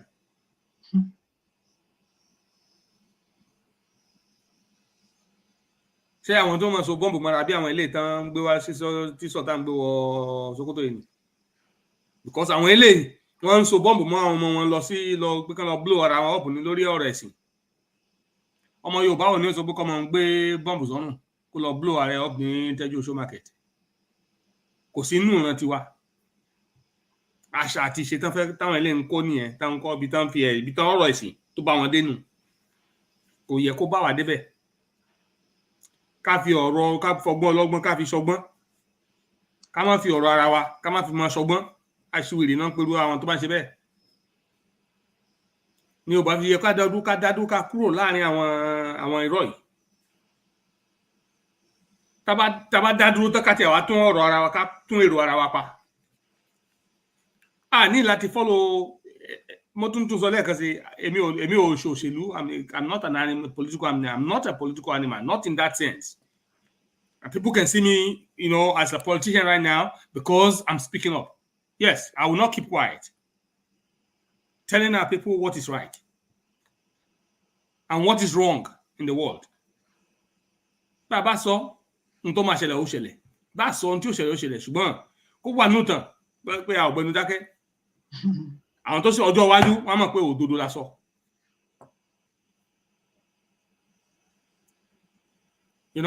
So but I'm not interested in politics. Ká dá dúró kí Yorùbá tẹ̀ wá tún èrò ara wọn pa. Tó ibi tá ti ń bọ̀ ní ibo la dé dúró, ibo la fẹ́ lọ. Ọmọ Yorùbá ẹ jẹ́ ká jọ forí ìrówó. Mi tó lọ fún wa lọ́gbọ́n dé, mo mọ̀ pé èso tó mú jáde èso ayọ̀ ni. Bó tilẹ̀ jẹ́ pé níbẹ̀rẹ̀ gbọ́n mi sí omi ò tó lè kọ́ fẹ́ máa ṣẹlẹ̀, èmi àgbọ́ra ẹni yé lè fẹ́ máa ṣẹlẹ̀. ṣùgbọ́n tá a bá ti jẹ́ kí ẹlẹ́kẹta wọ̀ wá láàrin tá a dúró fúnra wa tá a bára wa sọ òdodo ọ̀rọ̀ tá a wá fashion irú ìjọba wo la tẹ̀ fẹ́ ní gan kì í ṣe gbogbo ní ìjọba àwọn Amẹ́ríkà náà wọ́n ti sáwọn foríkorí náà ṣe sọ pé àwọn fẹ́ ṣe democracy àwọn Russia USSR ńgbà yẹn communist ni wọ́n up to tomorrow Cuba is a communist country, you know. We don't have to, and some countries are just autocratic. We don't have to follow America. We don't have to follow Britain. We don't have to follow Canada. We don't have to follow nobody. Yorùbá lè dá dúró karori ara pé irú structure government wo la fẹ́ ní. Bó ṣe monarch náà la fẹ́ lò ní pé monarch àwọn ọba. Bó ṣe political, you understand? We can fashion our own way.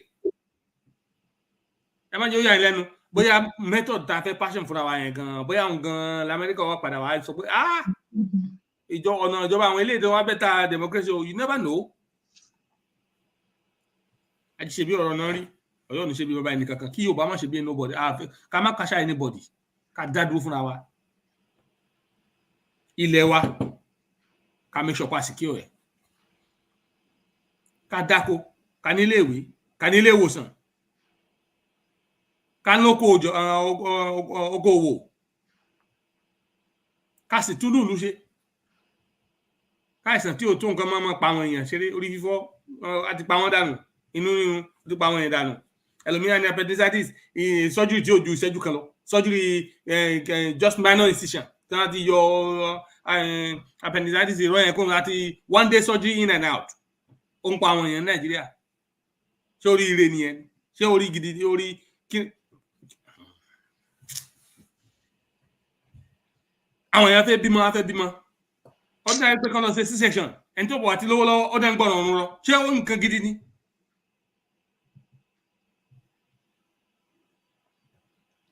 ìwà bí tàbú burúkú aboyún á máa kú pẹ̀lú oyún nú ọ̀yàn á dẹ̀ máa wòran àti ẹ̀bá ti lówó lọ́wọ́ kò sí kíní kan tá fẹ́ ṣe sí kí lọ́bọ̀ ṣe rí tí náà kí ò ṣe kí ni nǹkan tí ọmọ Amẹ́ríkà ṣe sórí tí ọmọ Yorùbá ò ṣe dáadáa ju ọmọ Amẹ́ríkà lọ.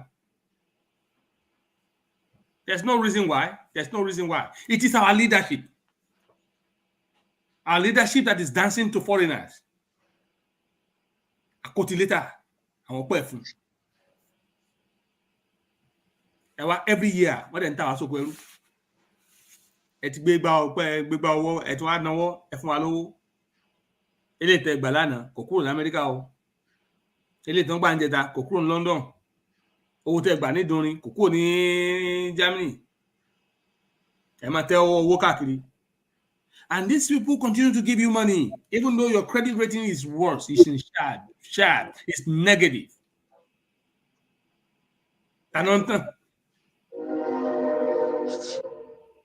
But if you fool me once, I'm the fool. I mean, you are the fool. If you fool me twice, maybe you're the fool, but you fool me every day, I'm the big fool. I think so far when you are, what into 60 something years, 30 wale no kini as a nation. Ṣé kò yẹ ká mọ̀ bí tá ń lọ ni? Kò sí àtúnṣe kan. Nínú mi, èmi believe pé bóyá Bọ́lá Ahmed Tinubu rò pé òun máa ṣe magic wand. Òun ní ẹ pé nígbà míì alágbára náà máa ń rò pé òun lágbára jù láyé. You understand? Alágbára lè rò pé òun nìkan lòun lágbára Goliath kò sí nǹkan tí ò pé rẹ̀. You get? David tí ò tó nǹkan. Gbàtọ́ náà fẹ́ fi ṣe yẹ. David tí ò tó nǹkan kan. Kódà kò ní shield kan, kò ní nothing. David kékeré. Pẹ̀lú kanakana. Gbogbo alámọ̀ tó mẹ́rin kan tó ṣẹlẹ̀ lẹ́yìn ẹ̀. So Bola Ahmed Tinubu, I think he has the brains, he has the wisdom, he has the know-how to bring Nigeria back this brink of destruction. That's a lie. Àwọn tó jùlọ ẹ sọ fún pé Awólọ́wọ̀ tó gbọ́n jùlọ tó mọ̀ jùlọ tó kọ́ àwọn èèyàn mọ́ra jùlọ àwọn èèyàn tí ẹ̀ láìkì bọ́dá gbogbo èèyàn ló láìkì bọ́dá Awólọ́wọ̀ lọ́jọ́ ayé yàtọ̀ sígbà tó akútán kan tó sọ dèrè yìí ní ojú ayé rẹ̀ everywhere you go awọ oníjẹ́ ká máa visa ẹ̀kọ́ Tinubu ló ń pariwo Tinubu káàkiri rí irọ́ ni àwọn tó bá ń lóúnjẹ jẹ lábẹ́ wọn àwọn èèyàn tí wọn àwọn tán ń jẹ scrum tó ń bọ́lẹ̀ lágbẹ́ tébù wọn àwọn ọmọ ọ̀rẹ́ ọmọ wọn àwọn contractors wọn check those are the only people that like them. Those are the only people that really will say, hey, Baba Shibakan. Nobody will say nothing. Now, mo fẹ́ káwọn èèyàn tó wá wò to the point pé àwọn ọba ta tún wá ní wọ́n ń talẹ̀ wa. Ọba ń talẹ̀ wọ́n lọ ra Rolls Royce ó dà tí wọ́n bá tẹ̀ ní Rolls Royce ẹyọ kan ẹ máa tó ń ta Rolls Royce ẹyọ kan wọ́n ní méjì kò tó wọn wọ́n ní mẹ́ta ṣé ó fẹ́ gun mẹ́rẹ̀ẹ́ta lẹ́ẹ̀kan náà ni ẹ fi ṣe different colours ṣe pé àpàná ń perú ẹ̀ èmi ò bọ́ba kankan ọyọ pé mi ò dárúkọ ọba kankan bẹ́ẹ̀ni sá mi ò dárúkọ ọba kankan o but kí ni ìtumọ̀ ẹ̀ you know what is the point to for what purpose? Yeah, you need a Rolls Royce. You can't. I mean, one is way too much. Mọ́tò tẹ́lẹ̀ tó ṣe Nàìjíríà tó bá bàjẹ́ ẹ tún gbé ẹ tún ship ẹ wá sábúrò wá service àbí. What's the point? Ẹ ṣáà ń ba owó nu jẹ́ kán sì pé you can just waste money. Àpà ni Yorùbá ń perú èèyàn bẹ́ẹ̀. Tí wọ́n bá lówó yẹn gan lọ́wọ́ kò mí kó waste ẹ̀. Ọlọ́run kọ́ wa bẹ́ẹ̀. The Bible says it is even more rewarding to give than to take.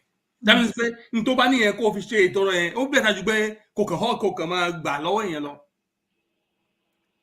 Now ẹ̀ ń talẹ̀ ẹ̀ tún ta fáwọn foreigners kì í sọmọ dúró. Wọ́n ń wa gbogbo àlùmọ́nì rẹ̀ nítorí kí ni níbo lẹ̀ ń lọ níbo lẹ̀ fẹ́ dé ẹ̀ lè dọ́lọ́run that's one thing. ẹnìkan ò kórè ayé já èèwọ̀. Well, so what are you doing? What are our leaders doing? Now, kátẹ́wà sọ pé wọ́n ń ṣe bẹ́ẹ̀ gbogbo àwọn ọmọ Yorùbá a sì ń rí wọn tábà tún lọ lójú títì kábíyèsí o bàbá kéré bàbá kẹ́ báwọn náà ṣe máa mọ̀ pé àwọn ṣe wà bàjẹ́ Yorùbá ní pé tójú bá ń ṣe pin ẹ yọ ìpín ojú ẹ fi hàn. So àwọn olórí wa tó ń ṣe ìbàjẹ́ ṣé kò yẹ ká yọ ká fi hàn wọn lójú pé nǹkan tẹ́ ń ṣe yóò dáa ká lè tọwọ́ ọmọ wọn bọ́ṣọ but you continue to hail them ẹ̀yin lẹ́ ń praise wọn ẹ jẹ́ ká mọ̀ pé kò sí bí wọn ò ṣe tó àwọn ni òòṣà lẹ́yìn Ọlọ́run ẹ jẹ́ ti sọ mí gan Ọlọ́run ní láàrin wọn. Báwọn náà ṣe fẹ́ change they will not change, they cannot change. Because you're not telling them, you're not letting them realize that they are but human beings and that they are put in a place to serve. Ẹrú lọba, ipò ẹrú ni ọba wà. Ipò ẹrú ni àwọn olóṣèlú àwọn adarí wa yẹ kó wà. These are people who are supposed to be serving their people. Even though ipò ọ̀wọ̀ la tò wọ́n sí. Even though in a place of honor, a place of dignity, and a place of to revere. But still, they are servants of the people. Àìsí ìgbọ́ba lẹ́nu nítorí ipò ọ̀wọ̀ yẹn tán bá fi ra wọn sí. Àti nítorí iṣẹ́ tí wọ́n ń ṣe fún ìlú pé àwa náà ń ṣiṣẹ́ fún. But when you now see a leader that is not working for the people anymore, tẹ́ wá ń talẹ̀ àwọn ọmọ ìlú, tẹ́ ń ta àlùmọ́nì inú ilẹ̀ àwọn ọmọ ìlú.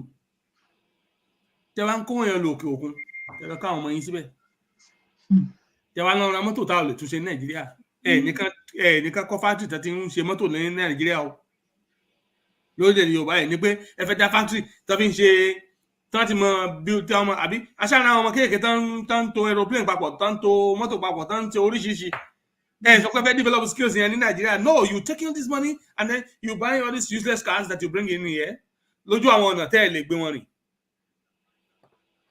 I can see decorations in Ole. Who is a stupid man? You want to look at the foolish people in the world? Go to Nigeria and go into the rich places. You see how much foolish people are. The last time I was in Nigeria, London, Mubalo, most of 2005.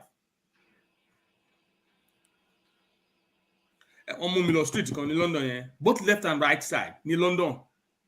Whole block was owned by Nigerians. And on later one there, the cheapest house in time here, most of 2005, the latest cheap was about 3.5 million pounds. How many Nigerians not said in the block here? All Nigerians, owned by Nigerians. Ask every one of you that in that will show you if I'm lying to you. Okay, but I want to tell you Daroko Street here, Street. They deliberately drove me there, left and right. These are Nigerian houses. Jesus. The cheapest price for each of those buildings, 3.5 million pounds. I calculate 3.95 million. Need time here, see time here. Those houses maybe now maybe 10 million because of the price. Now, I'm the funny thing. Oh, below, about gardeners, about gate man, at our cook. So each house, you employ somebody to live in a 3.5 million pounds house. You're not there, you're in Africa.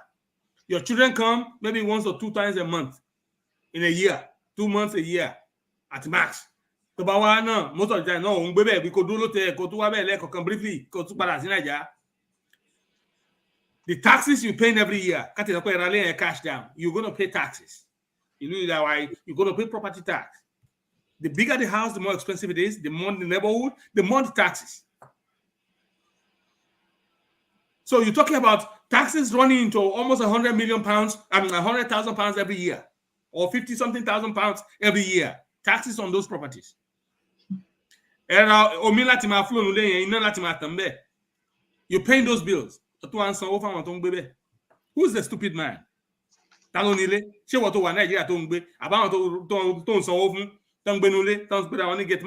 Your gate man owns the house. He lives there. That's his residence. Who is the stupid, who is the non-thinking individual? You want to look at the foolish man? Take one of those rich people in Nigeria. London. But she was London, not Nigeria. Or she was Nigeria, not Abuja. See America, not Abuja, not Dubai. Canada. Who's the foolish? Who's the foolish man? Meanwhile, all of this money could have been doing something in that country. Education the only people that can survive now are on social media. What about the cause to the call to the what that one power on to power sharing. I don't feel drug power more than mobile. Look at what's happening. I want glory of dollar. Now, this is the violence they put all of our people. This is the destruction they have laid down for us. This is the landmine that we're facing. How much we know the shiri? But you can't go on Sato. About going law, London, can space. And to bad unless you turn around and do what's right for our people. When some but I'm not begging, I'm on he do the right thing. The right thing is to break up Nigeria, break the backbone of these foreign entities that keep Africa in perpetual bondage. Let Yoruba go. We'll set the pace for the rest of Africa. And then this way, I want to mama Torogari in Africa to buy, because we don't have to be here. Shithole countries. Our to just shithole later after a while. Let Yoruba go and give us 10 years.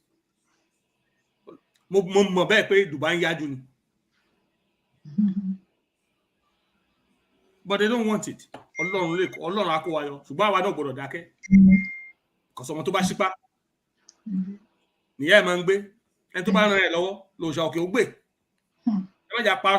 Unless we do something, God will continue. He has shown us what is right. I think all women here. Onto that, onto to. So if you don't take action, if Moses doesn't strike the sea, if he does not stretch forth that rod, that sea is not going to part. Níṣòro ọgbọ́n ẹ̀yin tẹ́ ń gbọ́ wa nílé, gbogbo ẹ̀yin ọmọ káàárọ̀ oòjíire, ẹ jẹ́ ká jọ rò wò, ẹ jẹ́ ká sùn lé àwọn ọ̀rọ̀ tá à ń gbọ́, ká máa dánú nu àwò. Sódodo wà ń bẹ̀, tẹ́ bá rí mọ́lẹ̀, ẹ jẹ́ ká gbé ìṣiṣẹ́ tó bá tọ́. Ẹ ṣé. Whoa, ẹ kú ohùn. Dádì mi, mo fi tọ̀wọ̀tọ̀wọ̀ dá orúkọ yín, Dádì Moses Abiodun Òjó. Ẹ kú iṣẹ́ ọpọlọ yín ò ní bàjẹ́ lórúkọ Jésù. Ọgbọ́n ìmọ̀ àti òye tí Ọlọ́run fi fún yín, ó túbọ̀ máa lé sí ni. Ẹ kú ìfẹ́ ìran wa. Ẹ káàbọ̀ Dádì Táíwò Ayọ̀dèjì Fálóyè àti ìyá wa Ẹ̀bùn Yusuf, ẹ ṣé gidi gan ni. Lẹ́ẹ̀kan sí mo kí gbogbo ẹ̀yin aráalé pé ẹ kú jókòó, ẹ kú àtàárọ̀, ẹ ṣeun wa, adúpẹ́. Ní pẹ́ mú ètò wá sí òpin, ṣùgbọ́n àwọn ọ̀nà kan sí méjì ló kù tá a máa yà sí. Mọ́mí Debbie Akínlẹ̀yẹ, ẹ káàbọ̀ mọ́mí, ẹ ṣé gidigidi gan ni mà. God bless you, ẹ kú gbogbo gbà. Ṣé rí pé ọ̀rọ̀ àtàwọn tó ń pè wọlé àti bàbá wa tí wọ́n ń sọ̀rọ̀ tí wọ́n tún ní sọ̀rọ̀ tán wọ́n máa lọ síwájú. Ṣé rí pé àwọn ọ̀rọ̀ ìjìnlẹ̀, àwọn ọ̀rọ̀ tó lọ́gbọ́n dání ta ní láti mú sí ọwọ́ òsì, ọ̀rọ̀ òsùnùkù, ọ̀rọ̀ gidi, òun ni wọ́n ń sọ fún wa yìí. Ẹ wo arákùnrin yìí, Sultan of Sokoto, ẹ wo àti ẹni yìí. Ṣé rí pé àwọn yìí wọ́n ń jà fún ìran wọn, wọ́n sì gbàgbọ́ nínú iṣẹ́ ibi tí bàbá wọn Usman Dan Fodio tó fi sílẹ̀, ìran Fúlàní, òun ni wọ́n fẹ́ parí pé born to rule. Ìkànnì ó ní nǹkan kan tí wọ́n ń ṣe kíni tí wọ́n ń ṣiṣẹ́ lé lórí, ó níṣẹ́ ibì kan tí wọ́n ń ṣe ní ìkọ̀kọ̀. Ó máa mú mi yà lọ sọ́dọ̀ Tani Ọlọ́run ní kíákíá. Ṣé ti rí pé ó ti ń jọra bọ̀? Ṣé rí pé ó dàbí pé àwọn gangan ni wọ́n wà ni wọ́n ń lùlù, àwọn ni wọ́n ń tafà láti inú òkùnkùn sínú ìmọ́lẹ̀. Ṣé rí pé ejò lọ́wọ́ nínú ọ̀rọ̀ Tani Ọlọ́run? Àbí bẹ́ẹ̀ kọ́ ni? Bẹ́ẹ̀ni. Ó wá máa mú mi lọ, ó ṣe mí ní kàyéfì sà. Láìpẹ́ yìí, ṣé mọ̀ pé ó ṣe ọ̀rọ̀ ìwé relé, kò ṣe ọ̀rọ̀ ìwé relé, ó tún bẹ̀rẹ̀. Àwọn tí ò níran, àwọn ọ̀ràn kíran, èmi máa jà fún ìran tèmi ló jọ mí lójú, just like bí ẹni táwọn wò yìí, bí ó ṣe ń jà fún ìran tiẹ̀. So àwa máa wo èwo lè wo, àwọn ò ní dákẹ́. Ohun yòówù tó bá máa gbà la máa fún láṣẹ Èdùmàrè. Èmi dẹ̀ mọ̀ pé adùn ló máa ń gbẹ̀yìn ewúro, adùn ló máa gbẹ̀yìn ọ̀rọ̀ àwa ọmọ Yorùbá. Àṣẹ. Irọ́ ni àwọn ọ̀ràn burúkú ìran Fúlàní yìí, irọ́ ni wọ́n ń pa. Àwa àti wọn á bẹ̀rẹ̀. Kì í ṣe ọmọkùnrin nìkan ni wọ́n máa ń bá níbi tó lè mọ́ láyé òde òní, àtọmọkùnrin àtọmọbìnrin ni. Kí ni mo wá fẹ́ fàyọ? Mo gbọ́ kíní yìí, mo dẹ̀ nu ojú mi nù sá. Pé ní ilẹ̀ Yorùbá, tí bàbá Tinubu tí wọ́n dẹ̀ jẹ́ ọmọ Yorùbá tí wọ́n wà ní ibẹ̀, ó mà ṣe o. Ẹ jẹ́ ká jọ sáré gbọ́ kíní yìí sá. Ẹ sọ̀rọ̀ lé lórí káwá tó ṣe pẹ́pẹ́pẹ́.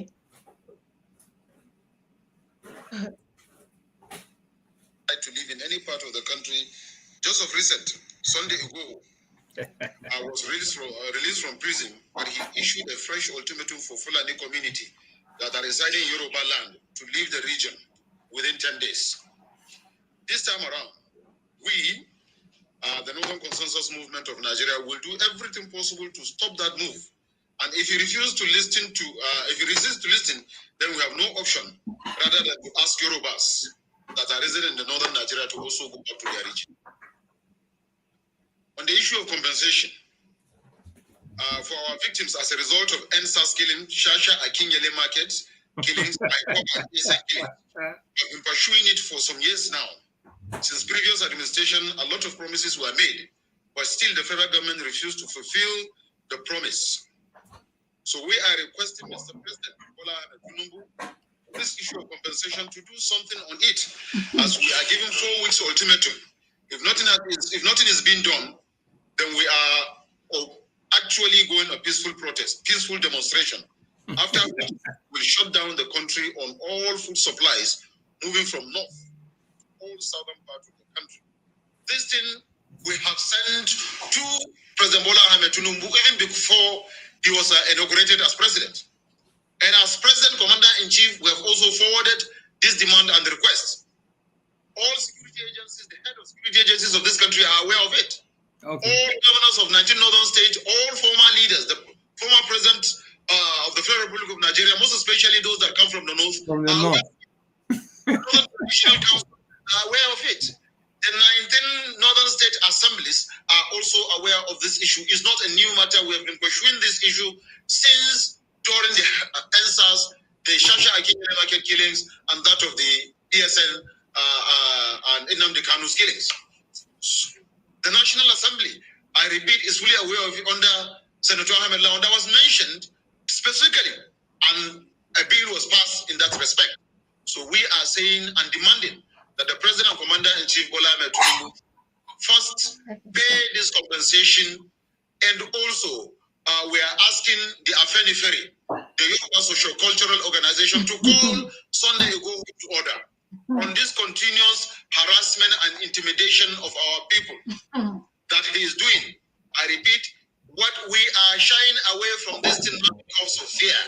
We are not cowards. We are doing so because we respect constituted authority and we respect our elders. We are cultured and we respect the culture.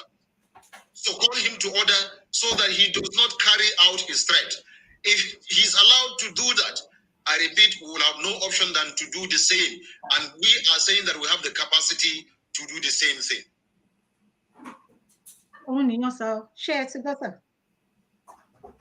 Bẹ́ẹ̀ni ma, ẹ jẹ́ kí n kọ́kọ́ sọ kankan, mo ti gbọ́ statement máa yìí, mo ti wò dáadáa. Ṣé rí kán máa kíra wọn kú oríire pé Ọlọ́run ṣe pé àwọn kan wọ́n rí eventually pé olóyè Sunday Igboho ó tẹ̀síwò gbọ́rọ̀ sáwọn kan lẹ́nu. Kán máa dúpẹ́ lórí orí ìyá wọn. Gbogbo eléyìí tán pariwo rọ̀ yìí, bóyá ni wọ́n mọ̀ ẹni tán bá tayò. Ṣé rí Ọlọ́run fún mi lórí ọ̀fẹ́ láti wà nínú àwọn àpàdé kan. Èmi wà náà tí mo wò pé gbàtọ́lọ́run tẹ̀ tí wá yọ olóyè kúrò ní Kútọ́nù yẹn tó ti gain freedom ẹ̀ padà. Tí ìjọba Kútọ́nù ti rí pé ẹ̀sùn náà dandan ní orílẹ̀-èdè Nàìjíríà náà fi tọ́gbọ́n mú kalẹ̀ síbẹ̀. A dúpẹ́ lọ́wọ́ President Talon yẹn tí ò fi Sunday Igboho kalẹ̀ fáwọn mujẹmujẹ yẹn. Ṣé understand? Bọ́dà ṣe mú náà oyè Ọlọ́run kò yé yín. Níta mi oyè Ọlọ́run tó pamọ́ sí èèyàn oyè Ọlọ́run ṣùgbọ́n àwọn tó mú yẹn náà wọ́n mọ̀rú èèyàn wọ́n mọ̀rú nǹkan tó mú dání. This man will have been in Nigeria already. But àwọn kan láwọn wò pé olóyè ìwọ nìkan kọ́ ó ti gbìyànjú. Bóyá àwọn èèyàn wa ò gbọ́ dáadáa sétí pé ìfẹ́ wọn ló ní. Bóyá wọn ò gbọ́ sétí because kán má dìbò wọ́n dìbò ṣé ojú wọn ti ń jábá ní kó ṣe ní sùúrù náà. Ṣebí kán má pa wá sí náà fẹ́ pa ìwọ gan náà sí tán dá ọgbọ wàhálà gbogbo tó kójọ láyé náà fẹ́ bàjẹ́. Ọlọ́run ni ò fún wọn ṣe. Ó ṣe ní sùúrù má ti lọ. Ó lè sọ pé òun á sọ̀rọ̀ kó mọ́ múṣẹ́ bí.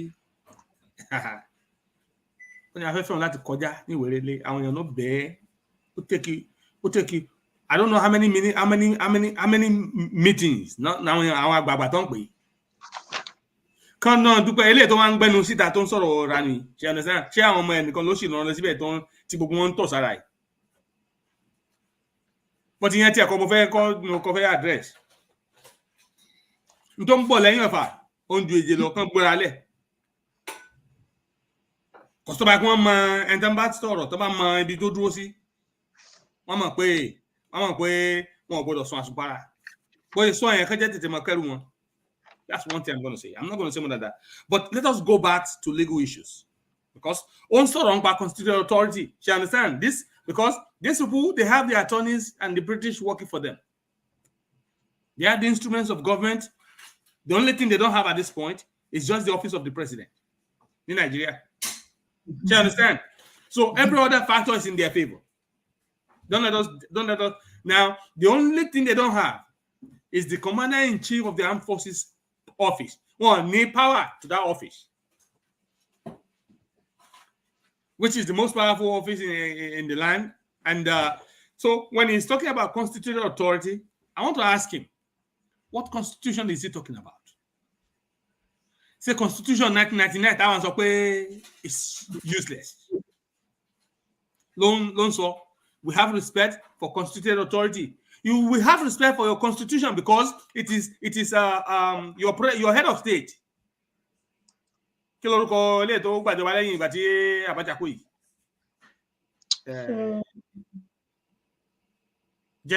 Abdulsalam.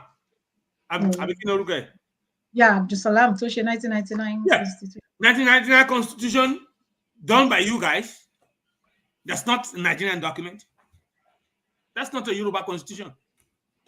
That's not the constitution the British handed over to us. That's not the constitution that put us together as Nigeria. That's a constitution that had no consent of all the of all the nationalities of Nigeria. Of all the nationalities inside Nigeria. It was a constitution, or it was a constitution that you guys created for your own selves, and to put every other region in bondage. So, what respect for constitutional authority are you talking about? That's zero. That, of course, carries no weight. It is null and void, according to the Ignition Manzo, lawyer OJSMC. If it doesn't fit, if it doesn't fit, you must acquit. So this doesn't fit. Your argument here, your respect for your constitutional authority is not fitting in this instance because that constitution is already an illegal document. So when we take that away from that, you can block all your food stuff you want, and stop your own trade with the Yorubas. It will only hasten our people. It will probably, I'm sure, listen, I beg of you, in the name of Allah, please do that. So that our people can see and join us en masse for the declaration of our nation. I bet you, I can assure you, once we declare our nation, you will be the one begging with arms. I'm begging for us to open our borders for your foodstuff to come. These are all empty barrels. These are the people. They think they are orators in their own rights. Yes, and then they will come and try to fool people with words and threats, empty threats. These are all empty talks that carries no weight. And to those that have any matter in their brains, they will know that he's just said nothing. He's just actually.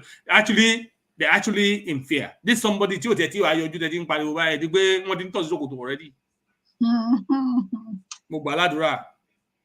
Sunday, Adeyemo Igboho, Ọlọ́run lè máa dá sí ọwọ́ ayé òní tó ọwọ́ ìkà òní kan. Pẹ̀lú gbogbo tójú rẹ̀ rí, ó yìí sọ̀rọ̀.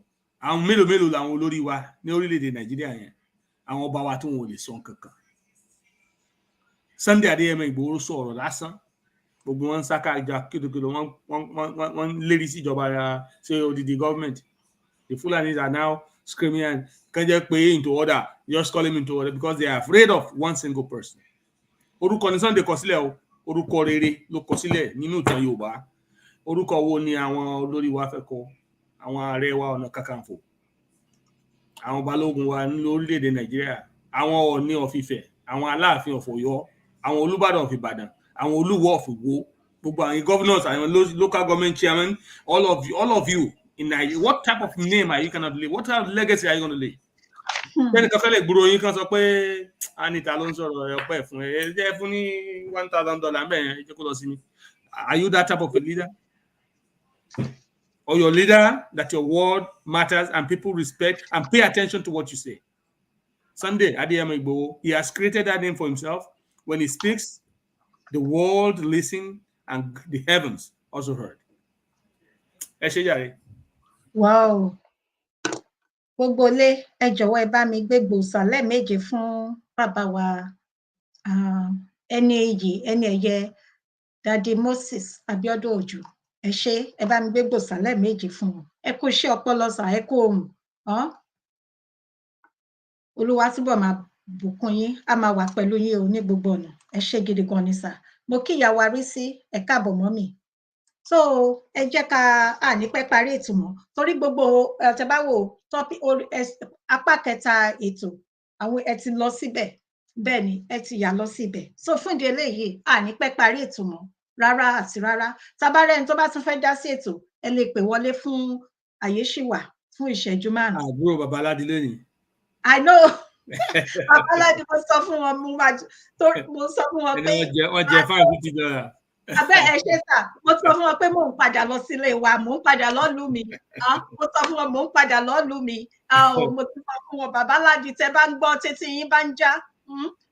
Fúnkẹ́ Ìyálájé aya yín ní Èkó ilé, òun ló ń sọ̀rọ̀ pé mo máa jáwèé fún yín so mò ń padà lọ sílùú wa. Ló bá tán. So ẹ ṣé gan sà. Ó wá ṣe ti wá rí báyìí pé ọ̀rọ̀ àwọn karambání àwọn Fúlàní karambání àwọn alánìkànjọpọ́n àwọn olè ọ̀kánjúà alọ́kólóhùn kígbe òun làwọn Fúlàní wọn ṣe rí pọ̀rọ̀ wọn ò gbójúbọ̀ ọ̀rọ̀. Ọlọ́run fi Sunday Igboho ta lọ rẹ lórílẹ̀‐èdè Yorùbá ṣe rí gbogbo nǹkan lásìkò wà fún. Mo gba Ọlọ́run gbọ́, mo gba Jésù Kristi, mo gba Ìgbòho gbọ́ pẹ̀lú. Ọlọ́run mọ̀ dà bẹ́ẹ̀ ni.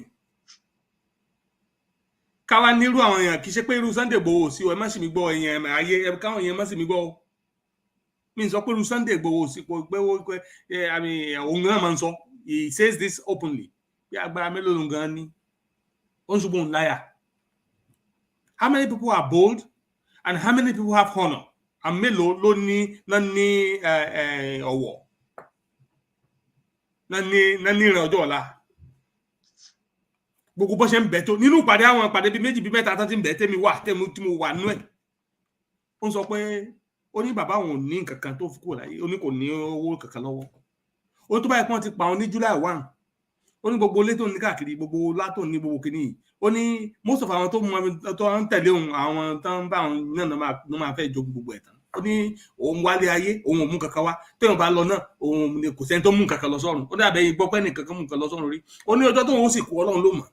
This man never changed one inch. Ó ní so ká má bá wọn sọ pé kó má lọ sí. Ó ní òun gbọ́dọ̀ sọ̀rọ̀ ká fífẹ́ ọmọ kọjá ń bẹ̀. Ó ní rọ́nà pa.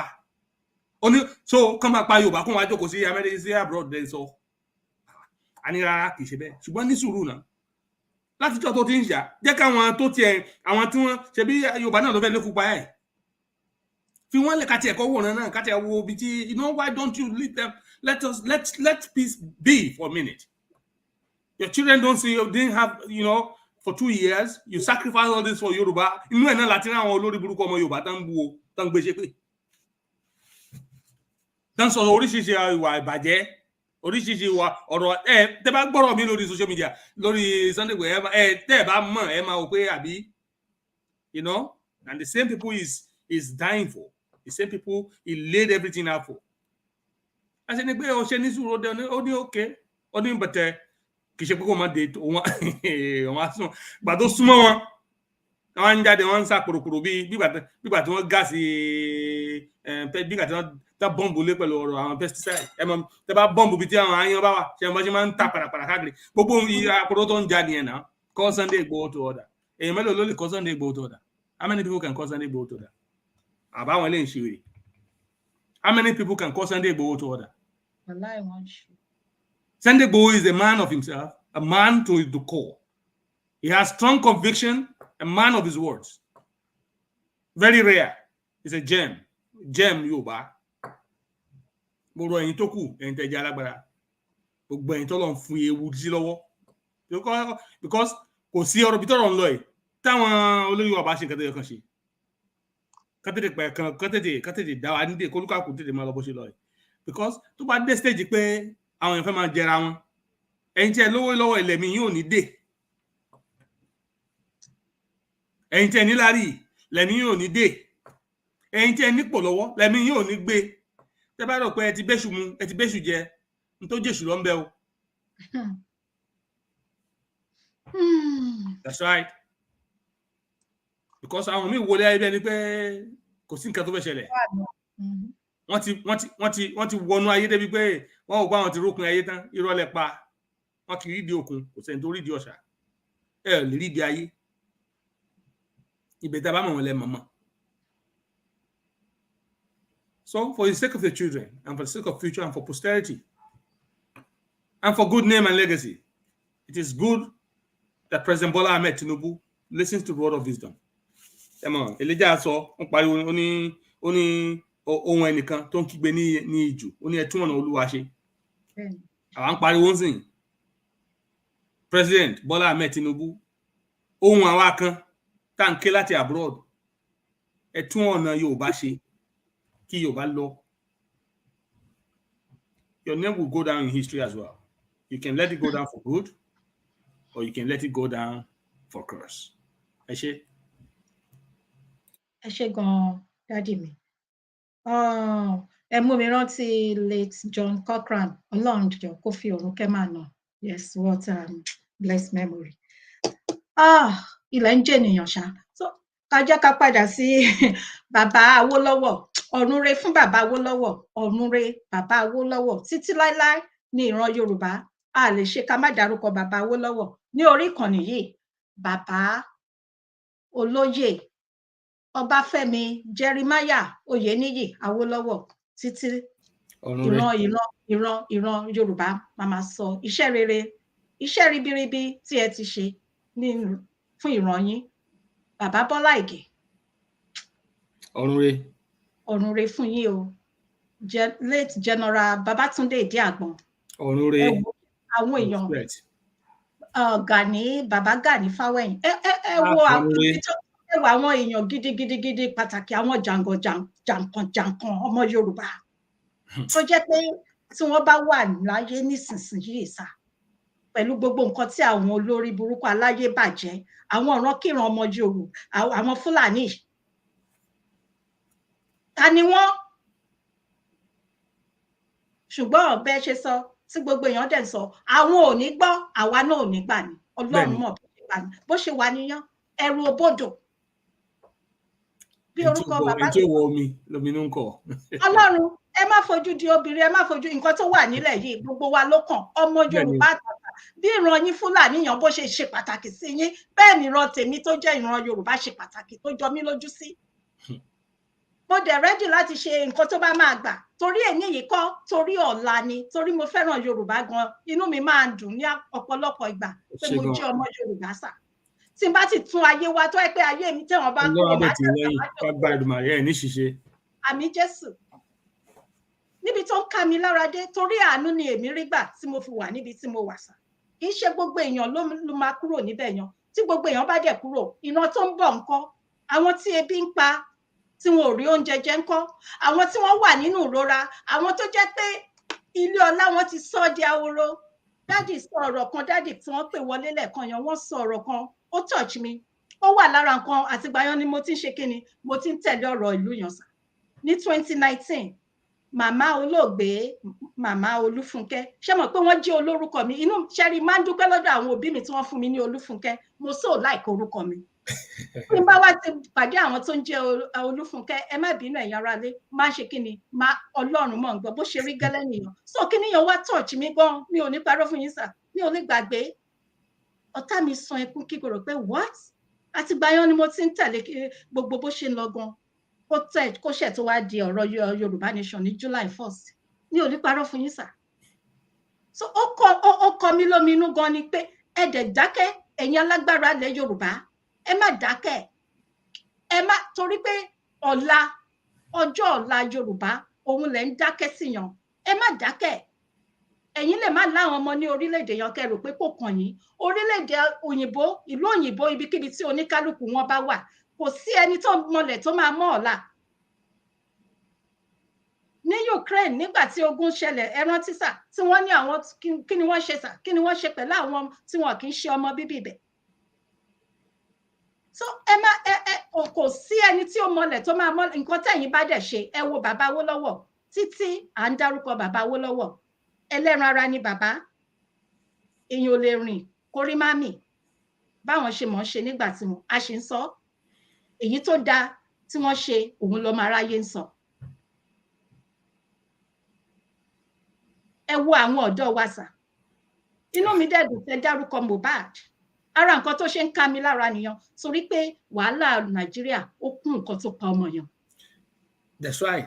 Ẹ dẹ̀ máa wo nǹkan tó máa ṣẹlẹ̀ ìlú rọ yẹn, ikú ọmọ yẹn wọ́n kàn tó fi ń bá yẹn nu jẹ́ everyday. Bí a ti mọ̀ pé kò sí òdodo kan tó fẹ́ jáde nínú ọ̀rọ̀ wọn tán ìwádìí irọ́ tán ṣe. Gbogbo àwọn alágbára tán lé fọ́tẹ́lẹ̀ kan náà. Ṣùgbọ́n tẹ́ ẹ bá ń yọ́lẹ̀ dà, ohun ìbànújẹ́ náà máa ń yọ wọn ṣe. Alágbára mẹ́mẹ́rò. Bàbá ọ̀lẹ. Gbogbo àwọn tó pa tó bá pé èèyàn náà ló pa tó bá lọ́wọ́ nínú òkú ẹ̀. Lágbára Ọlọ́run ìran wọn ò ní sinmi. Àṣẹ Èdùmàrè. Ọlọ́mọ jẹ́ kí irú àwọn ọmọ olódodo kan yàn láti inú ìran bẹ́ẹ̀ ní aya tàbí ní ọkọ. Àṣẹ. Ìran gbogbo àwọn tó hùwà ìbànújẹ́ yìí tá da ọmọ ẹ lóró. Àtàwọn orí àìṣẹ̀ míì gan náà tó ti bá lọ. Ṣùgbọ́n tó bá wọ Ọlọ́run láti dáríjì gbogbo Yorùbá lápapọ̀. Pé ká dẹ̀ move on from there. Kọ́mọ di ohun tó ń tàn lẹ́yìn kárí Ọlọ́run á dáríjì wá. Àmín. But that should not be the portion of any Yoruba child. Mo ti kúrò Nàìjíríà kan tó bí ọmọ yẹn. He's just 27 years old. Mo ti mú owó and look at how much he has done within that short lifespan. And most of it through thick and thin and struggles and violence. He has to struggle with so much evil. Thank you, sir. Yes. So much evil created by the society. The system created all that. The Nigerian system created the devil he had to contend with. Okoto Ambuja, tẹ́ bá listen àwọn mi báyìí dẹ́ máa sunkún. Omi rẹ̀ agbe. Ikú ọmọ yẹn gbomi mi ò rí mi ò mọ̀ rí mi ò gbóòrò ẹ̀rí tí ó fi kú. Mo ti lọ party ẹ̀ mọ̀ tí máa lọ party wọn á ti play orin ẹ̀ máa gbọ́ orin but mi ò mọ̀ ẹni tó kọ. I'm not interested. I just come home and then face my life. I'm not a boring man, but ẹ mọ̀ ìgbà ewé nígbà tí mi wà léwe máa ṣe òbí ewé. But now I'm age and I have to act like an adult. So I'm not into kí wọ́n máa wò pé ta ló kọrin àbí kí n máa wo fídíò kò dàbí àwọn ọmọ mi gbogbo àwọn àdúrà yẹn gbogbo wọn náà mọ̀. And then but when he died and he's like everywhere tó bá lọ tó sùn tó bá pàdé tó bá ti open phone ẹ̀ that's you see this guy is like in your mental everywhere you go. And he was in every home through the world. That listen, look at my story. Listen, you open your computer, listen, look at my story. You open your cell phone, listen, look at my story. Everywhere the Balo news is all over the place. To the point where you have to just cry. Why is this happening among us? And the system put in place in Nigeria, this is how all of these youths will be getting destroyed and killed.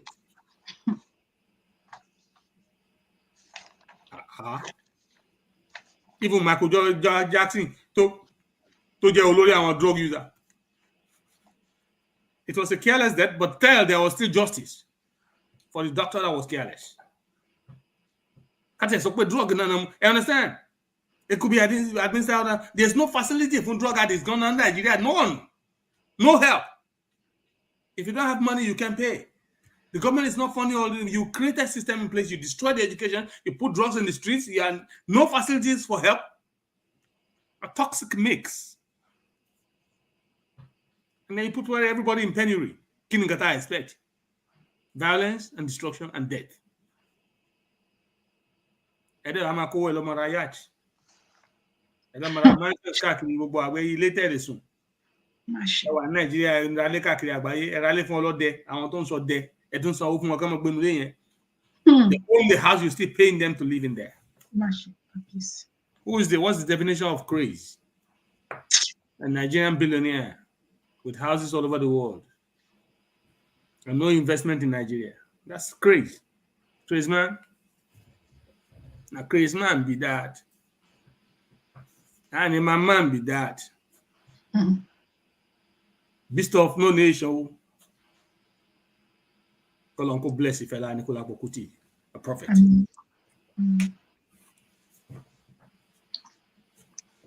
Ẹ ṣé gan ni sà. Mọ́mí Adéwálé Ìfẹ́wálé, ẹ ṣé gidigidi gan ni. Ẹ̀yin bàbá àti ẹ̀yin màmá mi gbogbo tí ẹ wà ní abẹ́ ìkànnì yìí, ẹ ṣé gidigidi gan ni. Ẹ̀yin tẹ comment, àdúpẹ́. Ẹ̀yin tẹ kọ orúkọ yín, tá a kọ orúkọ yín, ẹ ṣé. Ẹ̀yin tẹ dákẹ́ ṣùgbọ́n tẹ ń gbọ́ wa, àdúpẹ́ dúpẹ́ o. Ẹ ṣé gidigidi gan ni. Ẹ kú ìfẹ́ ìran wa. Ojú ò ní tì yín láíláí o. Àmín. Ká tó máa lọ lẹ́ẹ̀kan sí i, bàbá Bọ́lá Ahmed Tinubu ọ̀rọ̀ lẹ ti gbọ́ yìí o, àwọn láti ẹnu àwọn àgbààgbà, láti ẹnu àwọn ọ̀jọ̀gbọ́n, láti ọ̀dọ̀ àwọn amòye, àwọn ojúlówó ọmọ Yorùbá, àwọn ọmọ Yorùbá àtàtà, àwọn ọmọlúàbí Yorùbá téèyàn ò lè fi ọwọ́ tì wọ́n sí ẹ̀yìn. Wọ́n ń pè yín sí àkíyèsí pé kí ẹ jí, ẹ má sùn. Àárín ọ̀tá lẹ wà. Mo hò pé ó yé yín. Àárín ọ̀tá lẹ wà. Ìyà ń jẹ ìran yín, ìran Yorùbá, torí ọmọ Yorùbá ni yín sà. Ebi ń pa àwọn ènìyàn. Kò sí owó níta, kò síṣẹ́. Ojú ọ̀nà tó dára kò sí. Ilé ìwòsàn tó dára kò sí. Ilé ìwé ẹ̀kọ́, tẹ́ bá rí gbogbo ibi táwọn ọmọ ilé ìwé táwọn ọmọ ń jókòó sí, fáànù ti ya. Gbogbo àwọn ògiri kò bójú mu. Ṣé nǹkan tẹ́ ń jọba lé lórí nìyẹn? Àwọn wo lẹ ń jọba lé lórí? Ṣé ti gbọ́rọ̀ sá? Ẹ dákẹ́ fún mi ní 1 second kẹ́ tó continue ọ̀rọ̀ yẹn. Yes, ẹ jọ sá. Pàápàá jùlọ bàbá Bọ́lá Ahmed tẹ́ ń bá sọ̀rọ̀ yìí. Yes. Ẹ̀mí mi kan ni kí n fún wọn advice kan ni kí n dẹ̀ fi nǹkan kan ìtàn kan kí n fi ṣàlàyé ọ̀rọ̀ mi. Okay, sir. Ní ìgbà tí àwọn Dinka plan kù tí ò succeed, tí Ọbásanjọ́ tó eventually tó become head of state, ọ̀pá Murtala ṣe ń pọ́n pa Murtala máa tó Ọbásanjọ́ di head of state. Ìmọ̀ bóyá àwọn èèyàn rántí àwa kéré ní time yẹn. Ṣe pé there was a time tó ń wá head of state Olúṣẹ́gun Ọbásanjọ́ tí wọn ò rí. For like a week or two tó disrupt ní Nàìjíríà tó wọn rí. Ṣé mọ̀ bẹ́ẹ̀? Èmi rán àwọn èèyàn létí ní ìsìn àwọn tó bá mọ̀ tí máa ń parọ́ káwọn èèyàn mọ̀ comment síbí bóyá mo dẹ̀ ṣe story yẹn mọ̀ ni nígbà tí mo kékeré wọ́n á lè correct mi. But èmi believe pé there was a time during that period of his reign ìgbà tó ṣe di head of state yẹn tí wọn ò rí Ọbásanjọ́ rárá ní Jordan Barrack. Ẹni bo ló wá? Wá lèmi ń gbé ní ilé àwọn Haúsá yìí. Inú igbó kan wà tó ń pè ní Kanji Game Reserve. Game Reserve lẹ́gbẹ̀ẹ́ Kanji, ṣe understand? But through wa náà gbà lọ síbẹ̀. Àwọn èèyàn foreigners máa ń wá excursion tó máa ń lọ wo àwọn animals in their natural habitat. You know, the elephants, the lions, all of this is a zoo, but it's an open zoo. It's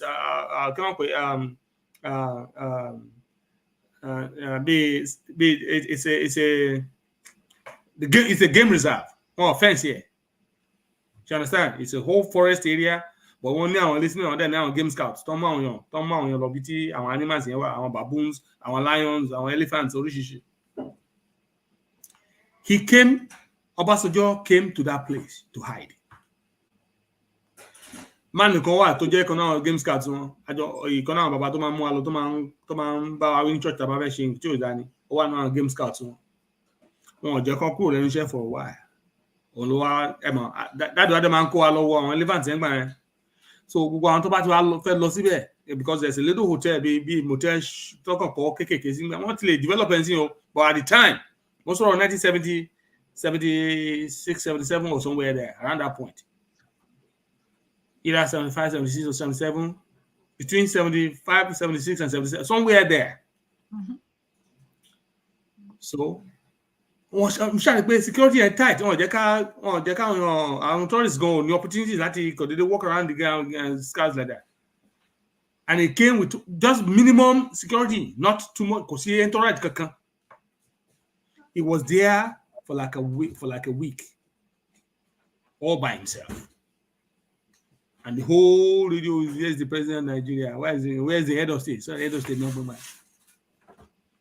Kí n kọ́ mo fẹ́ sọ ni pé ọmọ ọ̀dọ̀ náà fi ọgbọ́n ṣe kò pẹ́ lẹ́yìn rẹ̀ lẹ́yìn ìgbà tó padà sí kíní tán tí head of state tán ṣe eventually ó wá padà wá sí Kainji between the Amayas ṣe pé ilẹ̀ Kainji ó ti súnmọ́ agbègbè eré àwọn Bàtúnú yẹn lọ kò tí ì wọ bá ilẹ̀ Bàtúnú tán mo gbé àárín àwọn bàdí báyìí dáadáa kí tó pé a kó wá sí Kainji àwọn fọ́ náà àwọn eré Kainji mọ́ àwọn wáwá yẹn they call them the four people àwọn fọ́ náà gbé wọn àwọn bòdìyà àwọn Kẹnu okay àwọn Gadaoli area you know these are the four people speaking wọ́n try láti pa Ọbásanjọ́ ẹni kí wọ́n fẹ́ fi pa kì í ṣe ìbọn o gbàtí wọ́n ti wá lọ ró ẹṣin wọ́n ró ẹṣin yẹn so with the intention pé wọ́n present ẹ̀ fún as the head of state pé kó gun like a you understand nígbà tó pé ẹ fi honour ẹ̀ ṣe pé in the north you being on a horse, you know, riding on a horse is seen as a prestigious thing. You got to go Rolls Royce me.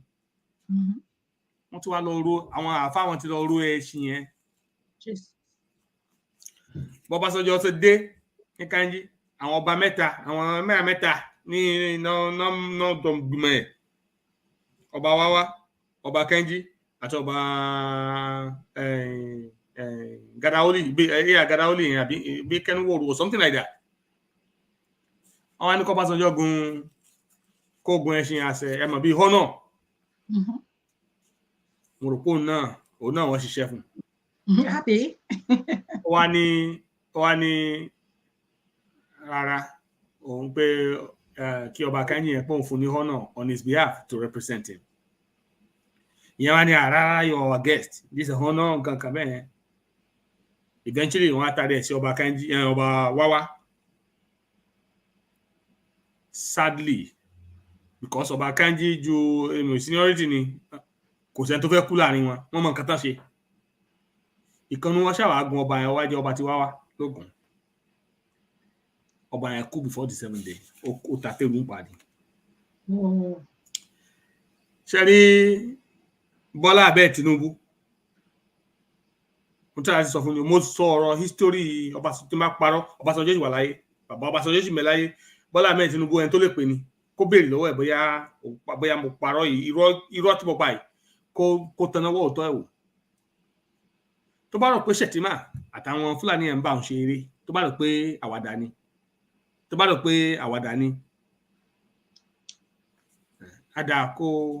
àdàkó ronú ẹlẹ́mẹ̀wá o ni mo ṣe tètè ń pariwo pé n tó fẹ́ ṣe yẹn kó yára kó tètè ṣe kó kúrò láàrin àwọn kìnìún tó wà ládùúgbò rẹ̀ láyìn kẹtọ́ ń wá ẹ̀mí ẹ̀ tí wọn ò sì nífẹ̀ẹ́ Yorùbá èrè kí ló fẹ́ jẹ́ fọmọ Yorùbá náà tí Bọ́lá Ahmed bá kú nìsín. What is the benefit to Yorubas? Nothing. But this is what is going to happen if he doesn't do what he's supposed to. Ọlágbára kan láàrin òyìn tó bá ti ń fi agbára bíi mẹ́wàá bíi mẹ́jọ dán ẹ wò tí ò bá ta ẹ wọ́n á fi ogún dán ẹ wò tí ò bá wọ́n á fi ọgbọ̀n dán ẹ wò because they know what they want. They vowed never to let the power leave the north. They were forced under the condition of Yoruba nation just to appease the Yoruba people. And in Bola Ahmed Tinubu, you know this. But on one condition, one of your mom say running mate, Jonathan. Well, we can do this and then get back the power.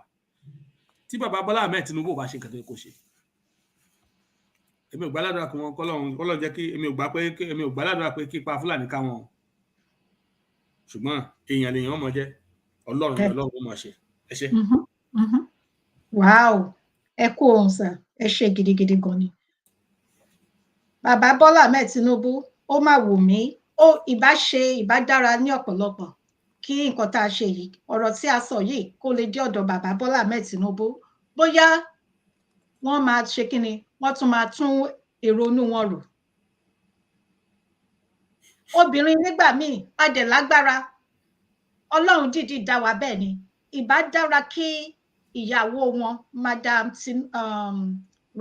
Olúrẹ̀mí Tinubu, gẹ́gẹ́ bí obìnrin rere, gẹ́gẹ́ bí aya rere, ìbá dára kẹ́ pè wọ́n jókòó kẹ́ rántí àtúbọ̀tán torí pé ayé tá wà yìí ọmọdé ń kú àgbà ń kú nínú ayé tá wà yìí nǹkan téèyàn bá gbélé ayé ṣe òun ló ṣe ni wọ́n máa sọ kì í ṣe ohun ayé tẹ̀ ń kójọ ọ̀rọ̀ onígbàgbọ́ dẹ̀ níyín ẹ ṣe àtúnṣe inú ó mà ṣe o ìyà ń jẹ àwọn ènìyàn ìyà pàápàá jùlọ ìran Yorùbá ni ìyà ń jẹ ní orílẹ̀-èdè yẹn àwọn ò bá ìjọba jà ṣùgbọ́n ẹ̀tọ́ ọ̀ràn wa làwa ń béèrè fún a fẹ́ kúrò ní oko ẹrú àwọn olórí burúkú Fúlàní àwọn ìrankíran ẹ̀yin gómìnà ilẹ̀ Yorùbá ẹ jọ̀wọ́ ẹ tètè ṣe àtúnṣe ẹ róore ẹ ṣe ayé re ẹ rántí àtúbọ̀tán ẹ rántí ọjọ́ tó máa kù yín pẹ̀lú iṣẹ́ ọwọ́ yín ẹ rántí pé erùpẹ̀ ni ẹ̀yin erùpẹ̀ ní gbogbo wa la máa padà di erùpẹ̀ kí lẹ máa jíyìn nígbà tí ó bá di ọjọ́ ìdájọ́ ọjọ́ ẹ̀rù ìbá dára kẹ́ ronú àwọn oyún tó wà nínú àwọn ọmọ tó wà nínú tí wọ́n ṣe lóyún wọn àwọn àkókò tí wọn ò rí oúnjẹ jẹ tí wọ́n ń sunkún lọ sí ọ̀dọ̀ Alhaji Dr. Yomi Amsat ilé ọlá tí wọ́n ti sọ di ahoro ìbá dára kẹ́ ẹ ro àròjinlẹ̀ ẹ rántí pé Ọlọ́run ò bí ọmọ ṣùgbọ́n bí ẹ̀san máa ké o torí gbogbo ẹ̀jẹ̀ àwọn aláìṣẹ̀ tẹ́ ń ta sílẹ̀ tẹ́ ń jẹ́ kí wọ́n lọ gbogbo ẹ̀san máa ké ẹ wò mọ́mí ọ̀dàdì Táyọ̀ Adédára ẹ ṣé ẹ káàbọ̀ sí orí ètò ẹ ṣé gidigidi gan ni lẹ́ẹ̀kan sí mo kí ẹ̀yin bàbá mi gbogbo àti màmá gbogbo ẹ̀yin tẹ́ bá mi pé ètò ẹ̀yin tẹ́ comment àtẹ̀yin tẹ́ comment pé ẹ ṣé gidigidi gan ẹ kú ìfẹ́ ìran wa àtẹ̀yin àtẹ̀mí a ò ní gba orílẹ̀-èdè Yorùbá lẹ́yìn ẹnikẹ́ni nínú gbogbo wa nígbà tí a bá dé orílẹ̀-èdè Yorùbá a ò ní dúró ìṣẹ́jú kan fún ẹnikẹ́ni nínú wa mo wá ń gbà ládùúrà fún gbogbo abiyamọ ọkùnrin abiyamọ obìnrin abiyamọ tó dára pé bí a tilẹ̀ wò kí ẹ̀yin àtẹ̀mí pẹ́ tó ní ayé a ò mà ní mojú orí kankan náà àwọn ọmọ wa o a ní fi ọwọ́ wa gbé ọmọ sìn lágbára Ọlọ́run bàtọ̀ fọ̀ wọ́n ní bọ́ sẹ́nu ọ̀nà lé ẹ̀yin àti èmi o ìwọ̀nba àgbà tó kù tí ọdún yìí yóò máa fi parí ayọ̀ tá fi bẹ̀rẹ̀ ayọ̀ náà la máa fi parí o lórúkọ Jésù ìṣẹ̀lẹ̀ yánú ayọ̀ tó máa ṣẹlẹ̀ tó máa ní orílẹ̀-èdè Nàìjíríà báyìí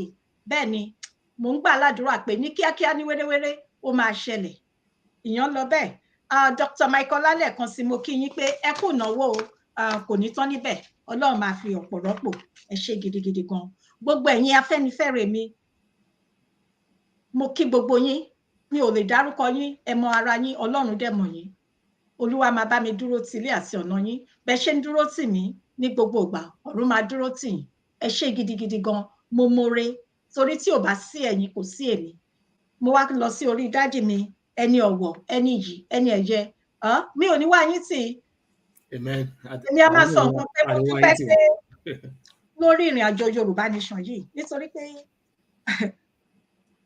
mi ò ní fi gbogbo ẹnu sọ̀rọ̀ tán ṣùgbọ́n mo dúpẹ́ pé mo bá àwọn èèyàn olóríire pàdé níbẹ̀ èèyàn yìí dádì Àríyọ̀ Ọlámídé ẹ kú ọjọ́ mẹ́ta ẹ ṣé mo dúpẹ́ gbogbo lẹ́ńkọ́ dádì mi ẹni yìí ẹni ẹ̀yẹ dádì ẹni ọ̀wọ̀ mo fi tọ̀wọ̀tọ̀wọ̀ dá orúkọ yín dádì Moses Abiodun Òjò ẹ kú àdúró tì ẹ ṣé mo dúpẹ́ Ìyálájé ẹ kú ẹ ṣé gidigidi gan ni ẹ kú ìfẹ́ Ọlọ́run tẹ́ rí nínú ayé mi bẹ́ẹ̀ ṣe ń dúró tì mí ọ̀run máa máa dúró tì ilé àti ọ̀nà yín o àmì àtẹ̀yìn náà máa ṣe ìwọlé yín ó máa máa ní ìbùkún nínú ó máa máa ní ayọ̀ nínú ṣẹ́rí dádì yìí wọ́n ní ọmọkùnrin kan tó jọ wọ́n tó jẹ́ pé wọ́n bígbà tí wọ́n kọ̀ sílẹ̀ ni òun ni máa ń sọ pé ó wù mí mo wíṣì kí ní ọmọbìnrin kékeré pé mi ìbá ní afà fún yín mọ̀ pé nílò láyé ọjọ́ òun nílẹ̀ Yorùbá wọ́n máa ń ṣe bẹ́ẹ̀ ẹ ṣe bẹ́ẹ̀ ni àtọ́lọ́ máa mú mi kọ́ kò sí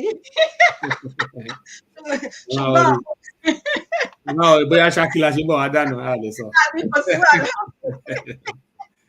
ẹ ṣé mo kí gbogbo ẹ̀yin olólùfẹ́ Ìyálájé àti gbogbo ẹ̀yin tẹ́ ń gbọ́ wa nílé lóko ní gbogbo ibi tá a wà odò àgbè wa lágbára Ọlọ́run kò ní gbé ọ̀dàlẹ̀ òòṣà òkè á sì gbọ́ tiwa lágbára Èdùmàrè iṣu àtẹnumọ́ràn ni kò ní jóná ibi tá a ń lọ yẹn kókó á délé ìgbín tẹnumọ́ràn ogun lọ́rọ̀ Yorùbá lágbára Èdùmàrè Ọlọ́run á fún wa ṣe o ẹ ṣé mo dúpẹ́ á tún pàdé láyọ̀. ẹ ṣé gidi gan ẹ bá mi kí gbogbo lé o. ẹ ṣé mà á gbọ́. ẹ ṣé gan sà ẹ bá mi kí mọ́mì ẹ bá mi kí gbogbo lé ó dàbọ̀ lẹ́ẹ̀kan sí ẹ̀yin aráalé a máa fi eléyìí ṣe àlọ níṣẹ́ ló dàbí pé ká má lọ ṣùgbọ́n a ní láti lọ a tún máa pàdé mo ń gbà ládùúrà pé ìpàdé wa bí oyin ìpàdé wa máa dùn bí oyin láṣẹ Èdùmàrè ó dàárọ̀.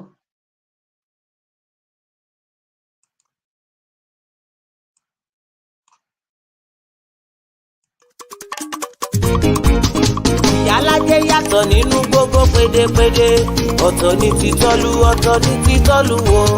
Ìyálájé yàtọ̀ nínú gbogbo pédépédé ọ̀tọ̀ ní títọ́lú ọ̀tọ̀ ní títọ́lú wo. Dr. Fúnkẹ́ ó pọ́n sánsán bí ẹyẹlé oníwà tútù bí àdàbà o.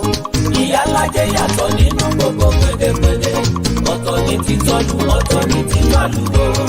Ìyálájé ti bẹ̀rẹ̀ tó. Ààrẹ ẹ̀sùn mọ́ bí ẹ jẹ́ ká jọ gbọ́. Ààrẹ lọ́mọdé àtàlágbà. Ààrẹ ẹ̀sùn mọ́ bí ẹ jẹ́ ká jọ gbọ́.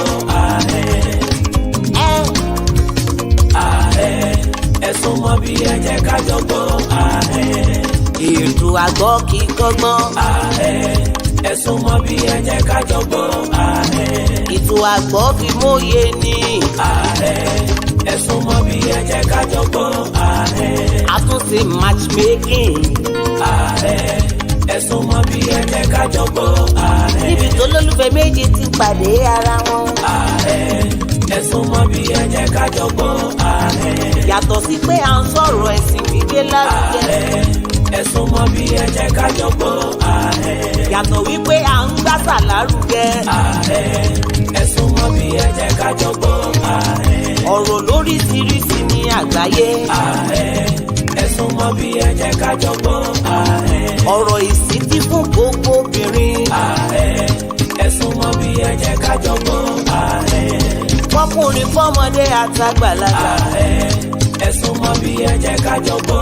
Ààrẹ Ìyálájé ti bẹ̀rẹ̀ ìyẹn kẹjá àjọgbọ́ lọ́mọdé àtàlágbà kẹ́ẹ̀tẹ́ẹ̀tì o. Àgbèdè máma gbé tànà tí gbà ṣàlẹ̀ o. Àgbèdè máma gbé tànà tí gbòdìdè o. Àgbèdè máma gbé tànà ẹ̀tẹ̀ tí ẹ wá gbọ́. Ìyálájé o. Máa bẹ tó ẹ lọ. Ìyálájé o. Máa bẹ tó ẹ lọ. Gbogbo tó wí máa ló tẹ́ wà lọ́rùn. Ìyálájé o.